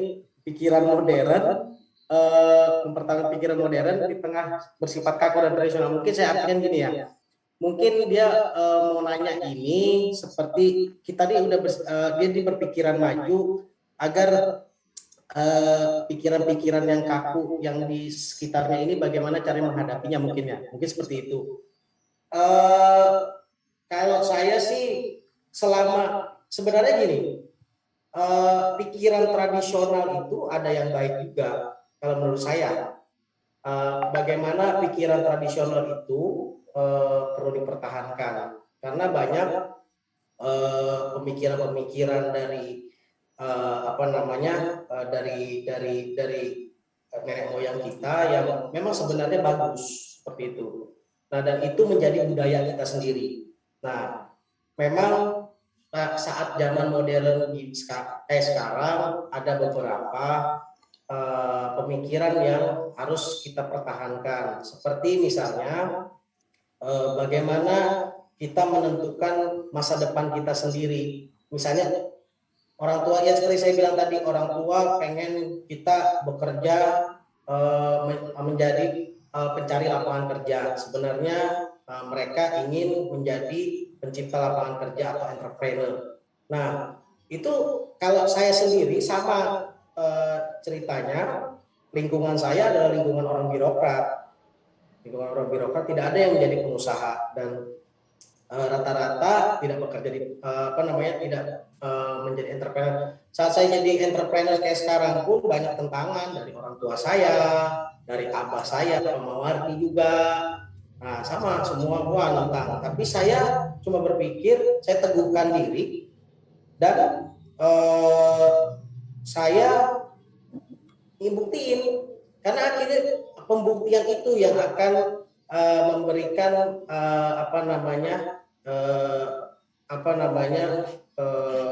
jawaban. Ini loh pilihan kita yang sebenarnya. Dan pikiran modern yang saya bangun, karena kita pasti berbeda lah antara pikiran saya dan orang tua saya pasti sangat berbeda. Bagaimana cara menyikapi kita, ada beberapa orang yang di zaman sekarang kan, kalau saya dulu waktu kecil main game itu bisa diomelin sama orang tua, sampai mungkin kalau saya dulu sampai dipukul pakai ikat pinggang ya. Kalau sekarang kita lihat orang main game malah jadi duit. Nah, itulah pola-pola pikir itu yang sebenarnya kalau saya sih kepada anak saya sendiri berpikirnya, saya selalu ngomong sama mereka, terserah kalian mau jadi apa, tapi fokuslah pada pilihan kalian. Seperti itu.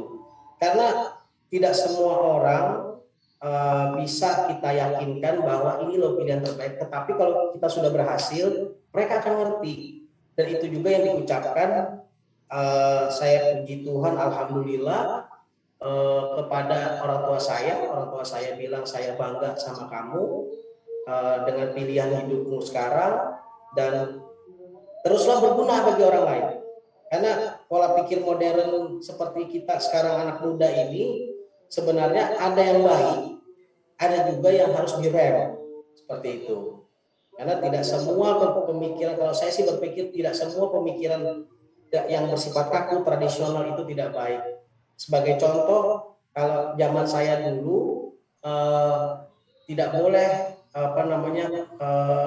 pergi sebelum maghrib. Nah, itu tuh sebenarnya cuma kiasan-kiasan yang kita sekarang kan. Saya pikir gini, saya kalau banyak beberapa orang yang kalau kita di waktu pergantian senja itu namanya adalah bunga ayam. Nah, mungkin itu dari situ mereka berpikir. Kan saya juga agak tidak melihat kalau nyetir, kalau mau pergantian hari dari sore ke malam itu kan. Nah, mungkin seperti itu. Tidak semua, saya pikir pola pemikiran tradisional dan kaku itu harus kita buang, karena ada beberapa yang harus kita pertahankan untuk mempertahankan budaya kita. Mungkin seperti itu ya dari saya.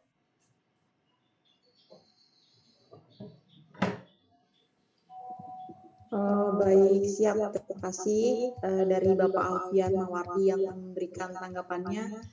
Kemudian kita akan dengarkan tanggapan dari Ibu Tami. Silakan Ibu untuk memberi tanggapan terhadap pertanyaan yang dari Komariah Maulani dari jurusan Sosiologi FISIP UPR. Ibu, silakan Ibu. Oke, baik, terima kasih Mbak Putri. Komariah ya, kalau ngomong modern ini maunya Komariah seperti apa? Karena modern pun di komunitas orang modern bisa jadi dia jadi konvensional atau tradisional. Jadi Komariah di sudut yang mana ketika ngomong konsepsi tentang modernisasi? Modern ya, pikiran modern. Sebenarnya kalau ngomong modern itu tergantung ya, sangat tergantung sekali. Contohnya paling mudah, ketika misalnya kemodernan itu kalau skripsian gitu ya, saya bingung sama mahasiswa itu. Kan ada banyak sekali metode-metode penelitian yang baru gitu ya, dari Cohen segala macam. Balik lagi ke Mbah Sugiono gitu loh. Itu modern apa tradisional? Ya benar, Pak Sugiono sendiri itu, Prof Sugiono itu punya banyak buku terbitan terbaru. Kalau ngomong modern sama tradisional loh ya. Tapi kan sudah sangat banyak sekali metode yang terbaru lagi. Gitu. Nah, pola pikir masyarakat kaku dan tradisional ini maunya dielaborasi dari sudut mana? Maria. Saya bingung dengan pertanyaannya. Karena konsepsi modern itu, modern menurut saya atau modern menurut Pak Putra atau modern menurut Bang Alfian itu pasti berbeda-beda. Tergantung dari mana Mungkin kita Bu, mendapatkan substansi modernnya itu. mungkin Ya. modernnya ini mungkin modernnya gini Bu, misalnya nggak usah pernikahan, kita hidup bersama. Tidak boleh rasis, tidak boleh rasis itu Bang. Oke, kalau ke situ arahnya ya, kalau ke situ arahnya modern itu tidak menikah, itu bisa jadi banyak halnya. Jadi nggak serta merta karena pemikiran matang atau teralala. Pola pikir masyarakat ini masyarakat yang mana kemarin, jadi harus ketika bertanya itu harus dideskripsikan secara rinci ya, karena background keilmuan saya ini membuat saya berpikir secara hyperkompleks juga. Ketika misalnya Komoria berpikir kaku dan tidak kaku, kaku itu seperti apa? Apa kita ketika bertemu dengan orang Jepang itu salaman apa tunduk badan? Atau ketika kita ketemu orang tua di dataran Jawa, monggo Bu, permisi, numpang lewat. Apakah itu kaku? Tidak. Semua akan menyesuaikan segala macam konteks yang ada gitu. Pola pikir modern itu sesuai ya sama Bang Alfian tadi. Kita toleran. Kita harus toleran dengan apapun yang terjadi di luar sana berkaitan dengan perbedaan. Namun tidak bisa menafikan begitu saja bahwa kita tidak bisa mendefinisikan modernisasi dengan se-general itu gitu. Modern itu tidak bisa dideskripsikan secara general karena terlalu banyak variabelnya gitu. Mungkin itu saja dari saya ya. Tolong dibantu Pak Putra atau Mbak Emma. Bingung saya pertanyaannya. Terima kasih.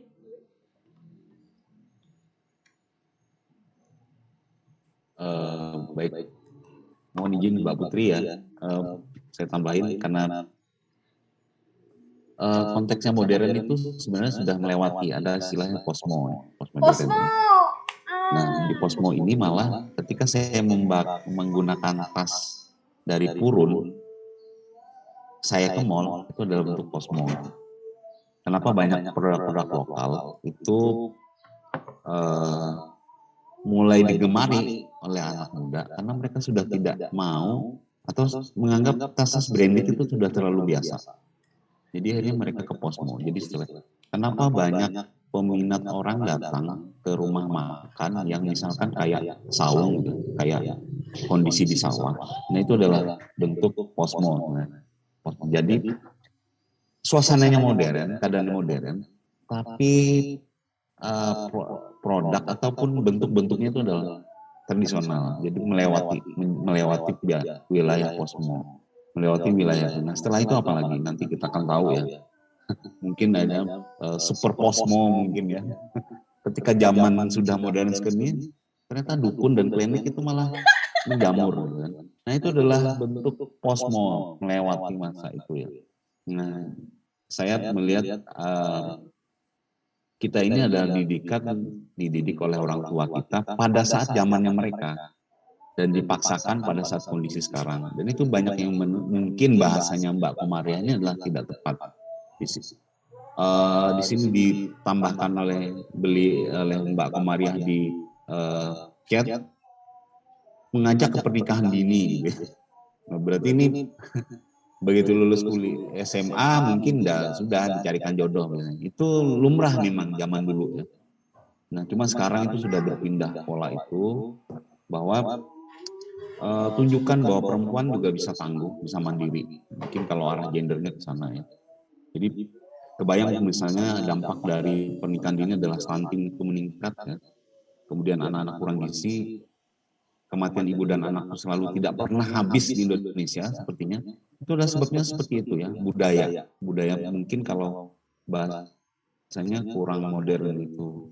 Jadi berilah kesempatan kepada berpikir seluas-luasnya, saya pikir.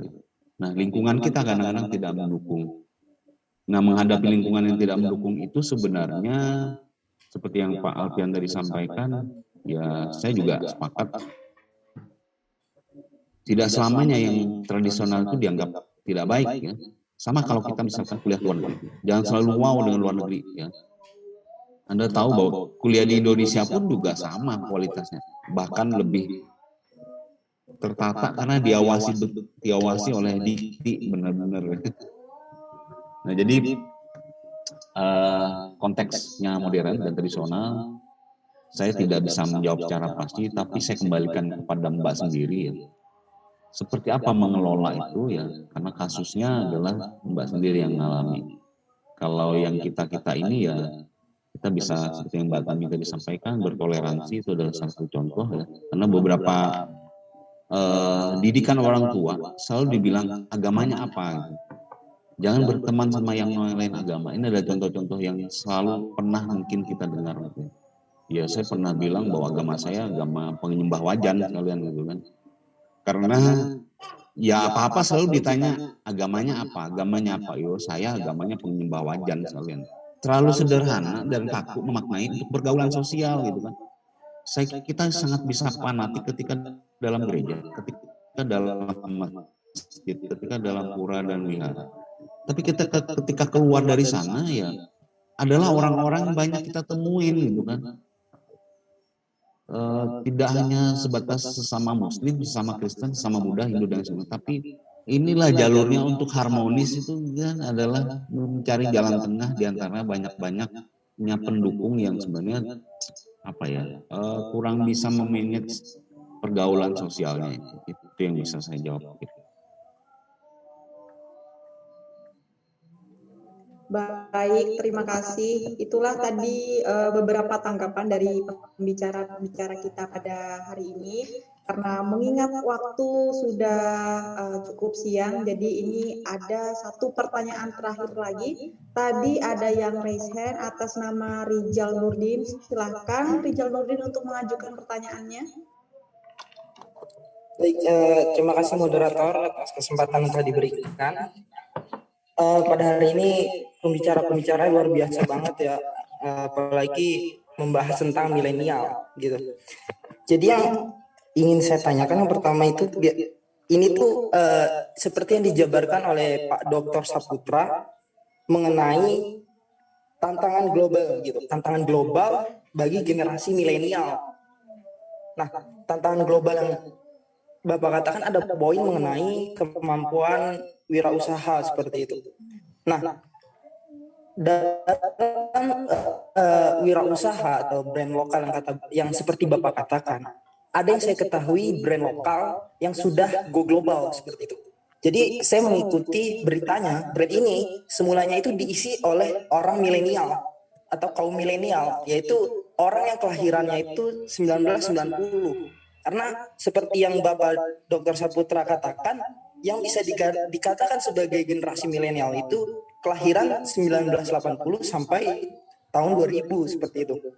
Nah, pencapaian brand lokal ini yaitu Erigo itu sudah mencapai go global. Karena apa?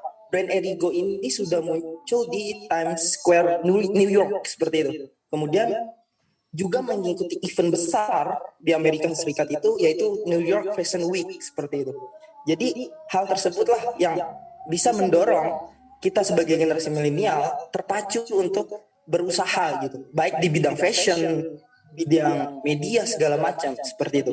Nah, yang menjadi pertanyaan saya untuk Pak Dr. Saputra yang mungkin memiliki background wirausaha seperti itu ya, adalah yang pertama adalah bangkit dihantui rasa takut seperti itu. Karena saya pribadi Pak, saya juga ingin membuka suatu usaha, namun saya selalu dihantui rasa takut.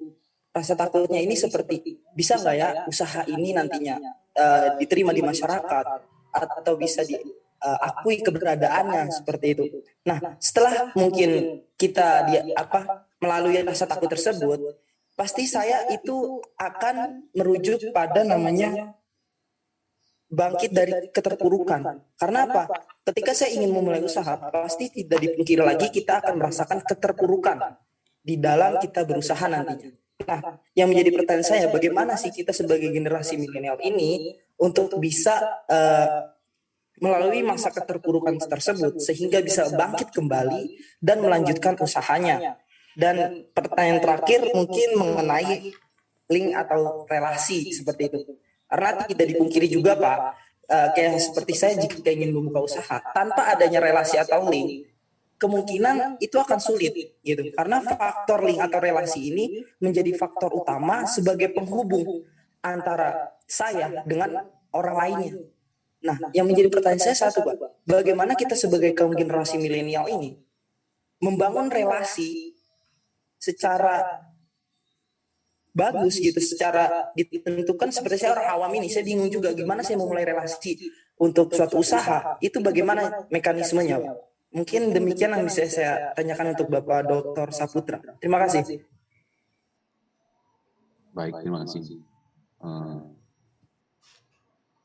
Langsung saya jawab ya, Mbak Putri, mohon izin lagi.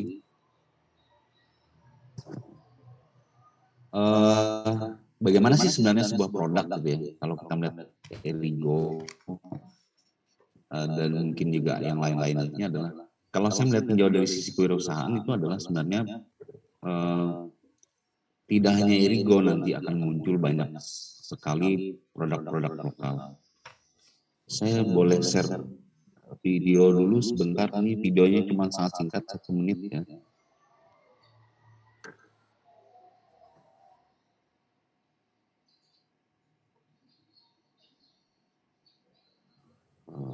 Video. Sudah kelihatan ya? Halo. Masih loading Pak. Nah, sudah terlihat Pak. Buat yang punya usaha, yuk pahami generasi Z biar bisnis kamu relate sama mereka. Tahu gak kalau di tahun 2025 jumlah populasi Gen Z akan mencapai 1/4 dari populasi Asia Pasifik. Gen Z itu nggak sama kayak milenial, yuk lihat bedanya. Yang pertama, Gen Z menghabiskan waktu lebih banyak dibanding generasi lain, padahal baru sekitar 13% UKM di Indonesia yang terhubung dengan ekosistem digital. Yang kedua, ethical confidence. Di Indonesia, 62% Gen Z lebih suka produk alami dan organik, dan 76% menyukai produk ramah lingkungan. Jadi coba perhatikan lagi seberapa ramah lingkungan produk kamu. Dan yang ketiga, relevance and speed are crucial. Mereka suka brand yang bisa dipersonalize, dan hal ini membuat mereka bisa mengekspresikan diri. Dengan hal ini, brand harus tetap relevan dan berinovasi sesuai dengan kecepatan tren yang terus berubah. Nah, buat yang target marketnya Gen Z, udah siap buat penetrasi pasar ini dengan produk kalian saat ini belum? Nah, itu tadi singkat ya, video singkat bagaimana kemudian membangun brand, membangun sebuah produk ketika dia harus menyesuaikan zaman. Nah, ketika anak muda yang menjadi sasar dan ingin cepat tren, itu memang harus menggandeng milenial, kaum milenial. Kalau tidak, pasti saya yakin usaha itu tetap berkembang tapi tidak laku, lambat lakunya. Nah, kemudian juga sebenarnya didukung juga dengan produk yang memang berkualitas dan punya ciri khas gitu kan. Kalau produknya sama-sama madu, tapi madunya satunya madu yang mengambil dengan menebang, sebentar saja itu tidak akan pernah bisa berkembang. Tapi kalau Anda membudidaya dan sampaikan bahwa produk itu bisa bercerita bahwa ini memberdayakan warga desa, bahwa ini adalah alternatif mata pencaharian setelah mereka bekerja di ladang dengan membudidaya madu. Saya pikir produk itulah yang nanti akan menjadi sebuah menjual dirinya sendiri gitu. Jadi tidak perlu akan Anda sampaikan, tapi dia akan menjual dirinya sendiri. Nah, jadi poinnya adalah produk itu memang harus berkualitas. Kedua itu bisa bercerita, dan juga jangan lupakan jaringannya. Pakar sosiologi jaringan itu tahun 1960-an Manuel Castells itu sudah memprediksi ada masyarakat jaringan. Bayangkan tahun 60 sudah diprediksi bahwa ditambah lagi ada internet, ya pastilah semakin nyatalah teori itu ya. Jadi sangat terlihat kalau misalnya ini diseret ke arah wirausaha ya, mungkin nanti Pak Alfian bisa menambahkan, beliau mungkin figur pengusaha muda ya. Kemana sih cari modal? Mungkin CSR bisa dimanfaatkan. Tolong Pak, ini mahasiswa dicarikan jalurnya saja. Nanti mereka yang bergerak atau di bawah millennial community lah punya bidang usaha. Jadi jangan juga ketika misalnya sisi kewirausahaan itu dimatikan di anak muda ya. Kalau saya cenderung untuk anak muda itu punya usaha, bukan seperti yang kita sampaikan tadi. Saya sepakat dengan Pak Alfian, kita ini dididik anak-anak sudah jadi PNS. Ya saya ini salah satunya yang kebagian eranya bapak saya. Nah, bagaimana membangun usaha yang memang harus tangguh, saya pikir. Ada orang yang sifatnya bosi ya, dia punya modal banyak, tapi dia suruh orang. Tidak jelas laporan keuangan dan segala macam. Nah, ini efeknya adalah bangkrut. Nah, kata orang mau buka usaha walaupun hanya warung kopi, walaupun hanya jual rokok saja, itu kata orang Banjar itu diawaki seorang, ditungguin itu nah warung itu nah, biar tahu. Nah, secara tidak sadar itu sebenarnya kita membangun sistem ya, membangun sistem untuk usaha kita. Tapi kalau usaha kita asal lepas karena merasa punya modal banyak, mungkin anak orang tua kita kaya apa segala macam, lalu dilepas ke sini, dilepas ke situ. Ya awalnya benar, wah figurnya adalah anak muda ini usahanya bermacam-macam. Tunggulah setahun kemudian, saya yakin mulai pelan-pelan tuh bangkrut. Nah jadi jangan sampai ya seperti itu, tapi kata orang itu memang harus diawaki sendiri. Biar tahu sebenarnya secara tidak langsung ketika Anda mengawaki usaha Anda sendiri, itu sebenarnya membangun sistem. Membangun sistem yang Anda sendiri yang tahu, itulah sebenarnya cikal bakal bibitnya Anda punya rahasia perusahaan. Nah, tapi kalau di situ saja Anda tidak bisa menguasai, ya saya meragukan. Nah, jangan sampai seperti itu. Nah, kemudian tangguh. Kalau misalkan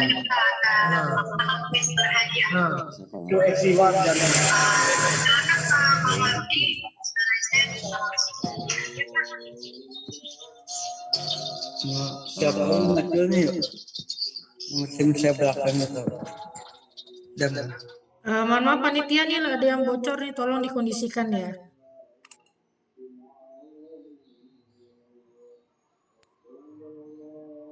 Ya, halo. Udah ya. Banyak sebenarnya startup ya, atau bidang-bidang yang bisa menjadi awal pergaulan ya. Salah satunya mungkin Mas Rijal bisa mulai nih buka kenalan dengan Pak Alfian, mungkin bisa mengarahkan kemana nih. Kemana nih anak muda kalau mau punya. Dan jangan lupa ide ya, idenya itu harus bisa meyakinkan. Ide usaha Anda itu dilengkapi dengan bisnis plan yang benar dan baik. Itu biar jelas pertanggungjawabannya ketika ada orang, ada donatur, pihak bank misalkan yang mendanai usaha Anda itu. Nah, kalau saya yang di Borneo Queen Community itu fokus sebenarnya mengembangkan purun, ya, usaha purun. Dan alhamdulillah puji Tuhan, yang kemarin di Dubai itu Al Jabir, Al Jabir apa ya? Al Jabir, di gedung Al Jabir di Uni Emirat Arab itu sebenarnya langsung Pak Erick Thohir yang langsung mungkin satu-satunya sepalangkaraya, sekalteng ya, yang produk purun bisa sampai Uni Emirat Arab. Ya kita bangga dengan produk itu ya, produk purun, karena simple memang, tidak ada yang melirik mungkin malah ya tanaman purun. Padahal beberapa kalangan itu sangat tergantung dengan tanaman ini ya, beberapa komunitas di desa itu dengan menganyam. Dan saya juga baru tahu ternyata tanaman purun ini adalah salah satu penyaring untuk merkuri ya. Merkuri, makanya purun ini dijaga gitu kan. Jadi kesimpulan sementara saya adalah purun ini dijaga. Jadi radikal bebas itu penyaringnya adalah tanaman purun. Nah, kebayang kalau purun tidak ada, dibangun perumahan, dibangun perkebunan, kemana arahnya itu. Jadi saya punya cita-cita sebenarnya setelah ini saya ingin punya desa binaan yang kurun, yang khusus kurun, kemudian tempat wisata edukatif yang kurun, ya. Misalkan di sana ada yang mengajari menganyam, gitu ya. Kemudian di sana juga dibikin tempat penginapan yang semuanya serba kurun, ya. Bayangan saya itu, mimpi saya itu. Kemudian ada area danau yang tempat memancing, ikan kapar, ikan bepuyuk, segala macam di sana. Sederhana memang, tapi di sanalah apa ya? Kalau di Banjar sudah ada kampung burung, tapi yang nuansa desanya itu yang belum ada. Nah, ya di sanalah saya bisa bercerita tentang produk kurun itu di sana. Itu ya, Mas Rijal, mungkin Mas Alfian bisa lebih nambahkan, mungkin beliau sangat praktisi banget ya di bidang entrepreneur juga. Terima kasih. Masih belajar Pak Putra. Sama-sama. Izin menambahkan ya mengenai tadi cerita tentang Erigo dan sebagainya. Kebetulan Kopi Along itu salah satu foundernya adalah saya yang ada di Palangkaraya, di Pangkalambun gitu kan. Dan kita kemarin buka di Kapuas, walaupun sekarang karena kita lihat berbagai macam perekonomian di sana dan kemarin sempat COVID, akhirnya sempat kita freeze dulu yang di Kapuas. Nah, kalau dari saya sih kenali dulu apa yang menjadi hobi. Biasanya bisnis tuh dari hobi dulu. Karena itu kenal tuh, maksudnya kalau saya memang suka kopi dari dulu, suka dari dulu. Impian saya memang saya punya warung kopi yang saya duduk di situ melihat pelanggan, memang seperti itu. Nah, walaupun kita berbisnis itu kita siap untung dan kita siap rugi. Nah, dalam saya berbisnis, alhamdulillah sudah 4 kali saya rugi. Nah, dari saya mencoba, memang kata Pak Putra benar, harus kita tuh kalau orang Banjar bilang makwaki. Nah, karena kesibukan saya kan, saya cobalah percaya sama orang dari saya dulu itu Pak Putra kolam ikan, nah itu alhamdulillah rugi. Terus saya buka angkringan juga di Banjarbaru, itu rugi. Terus saya juga diajak berbisnis walet, bikin walet juga, alhamdulillah rugi juga. Jadi banyak ruginya saya. Tapi saya pikir kelas berat ini, ratusan juta ini kelas itu. Sampai walet ini. Jadi nggak ada apa-apa sama UKM. Iya, ya jadi saya tuh berpikir waktu itu saat saya rugi itu, saya ada dengar kalau kita tahu Bob Sadino. Jadi jadilah orang bodoh dalam berusaha. Jangan berencana, pokoknya lakuin aja. Saya itu prinsip saya dari dulu seperti itu, Pak. Bu. Nah, jadi saya seperti itu prinsip saya. Nah, memang kesalahan saya, kita tidak bisa menelan mentah-mentah seperti itu. Kita harus riset dulu. Apa sih misalnya di lingkungan kita nih, kita bisa lihat apa yang usaha tidak mati. Sedikit berbeda itu lebih baik daripada sama. Dikit aja bedanya. Kita harus tahu bedanya seperti apa. Nah, gitu juga waktu saya diajak foundernya yang sekarang memimpin klinik bisnis untuk Along itu, saya lihat dia, oh konsepnya seperti ini loh. Saya pikir konsep kopi Pontianak itu jarang ada. Nah, orang kan kebanyakan kopi yang ada di tempat kita adalah kopi-kopi yang seperti Excelso, Jeko gitu kan, yang cita rasa tradisionalnya tidak ada. Nah, itu yang uniknya. Makanya saya mau akhirnya, ayo kita grow up ini sama-sama seperti itu. Nah, jangan pernah, kalau saya sih jangan pernah takut untuk gagal. Usaha itu, apalagi kita kaum muda ini kan sekarang dimudahkan dengan adanya aplikasi GoFood, habis itu medsos, dan saya pun tetap menggunakan itu, seperti misalnya kita mengeluarkan dana untuk endorse para selebgram yang akhirnya tahu produk kita. kebetulan ini sih apa namanya, saya senang kalau ngasih apa namanya pengalaman seperti ini, karena saya juga menemani dan melihat kalau di adik-adik tahu di Kota Palangkaraya ada namanya kerupuk sambal raja.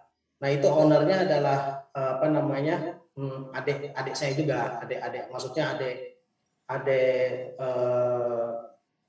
kita berorganisasi sama-sama seperti itu. Nah dia seperti itu juga, dia rencanain dulu, lihat apa sih yang tidak ada di sini, itu dibangun, akhirnya dia bangun relasi. Nah kembali ke relasi, nah kata apa namanya kita tadi itu apa namanya ibu Tami tadi bilang bangun relasi itu kalau kita muda ya kita ikutlah organisasi seperti itu, berkumpul dengan komunitas-komunitas. Jangan pernah malu. Kita tuh di situ tuh ya di situ kita membangun relasi gitu loh. Kalau saya tidak memungkiri di Kalimantan Tengah berbisnis, bukan, saya tidak bilang saya berbisnis, saya tidak malu mengakui saya punya keistimewaan. Bukan dari nol saya berusaha di sini karena saya punya relasi dari abah saya.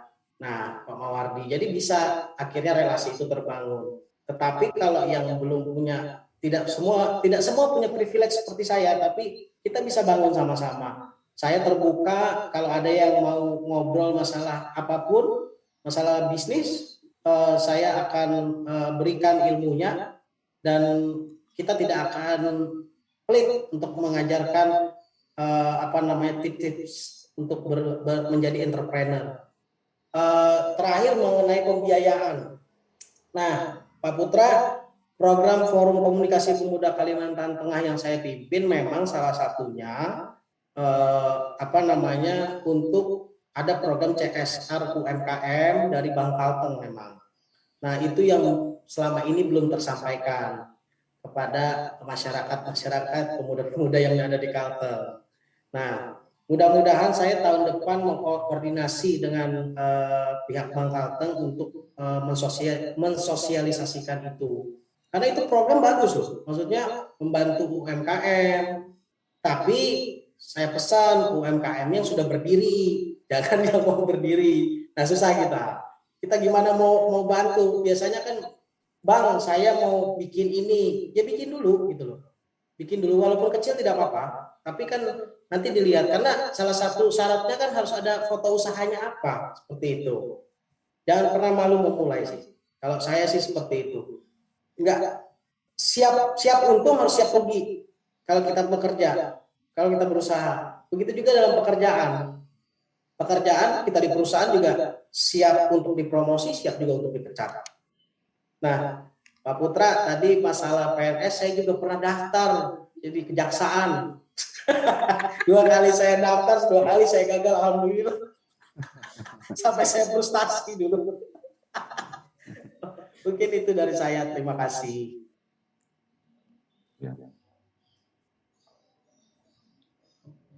Baik, terima kasih kepada 2 pembicara. Saya diajak aja yang jadi telah tim menanggapi surveinya. pertanyaan dari Saudara Rizal Nurdin. Dari Ibu Tami, apakah mungkin ada tanggapan lain, Bu?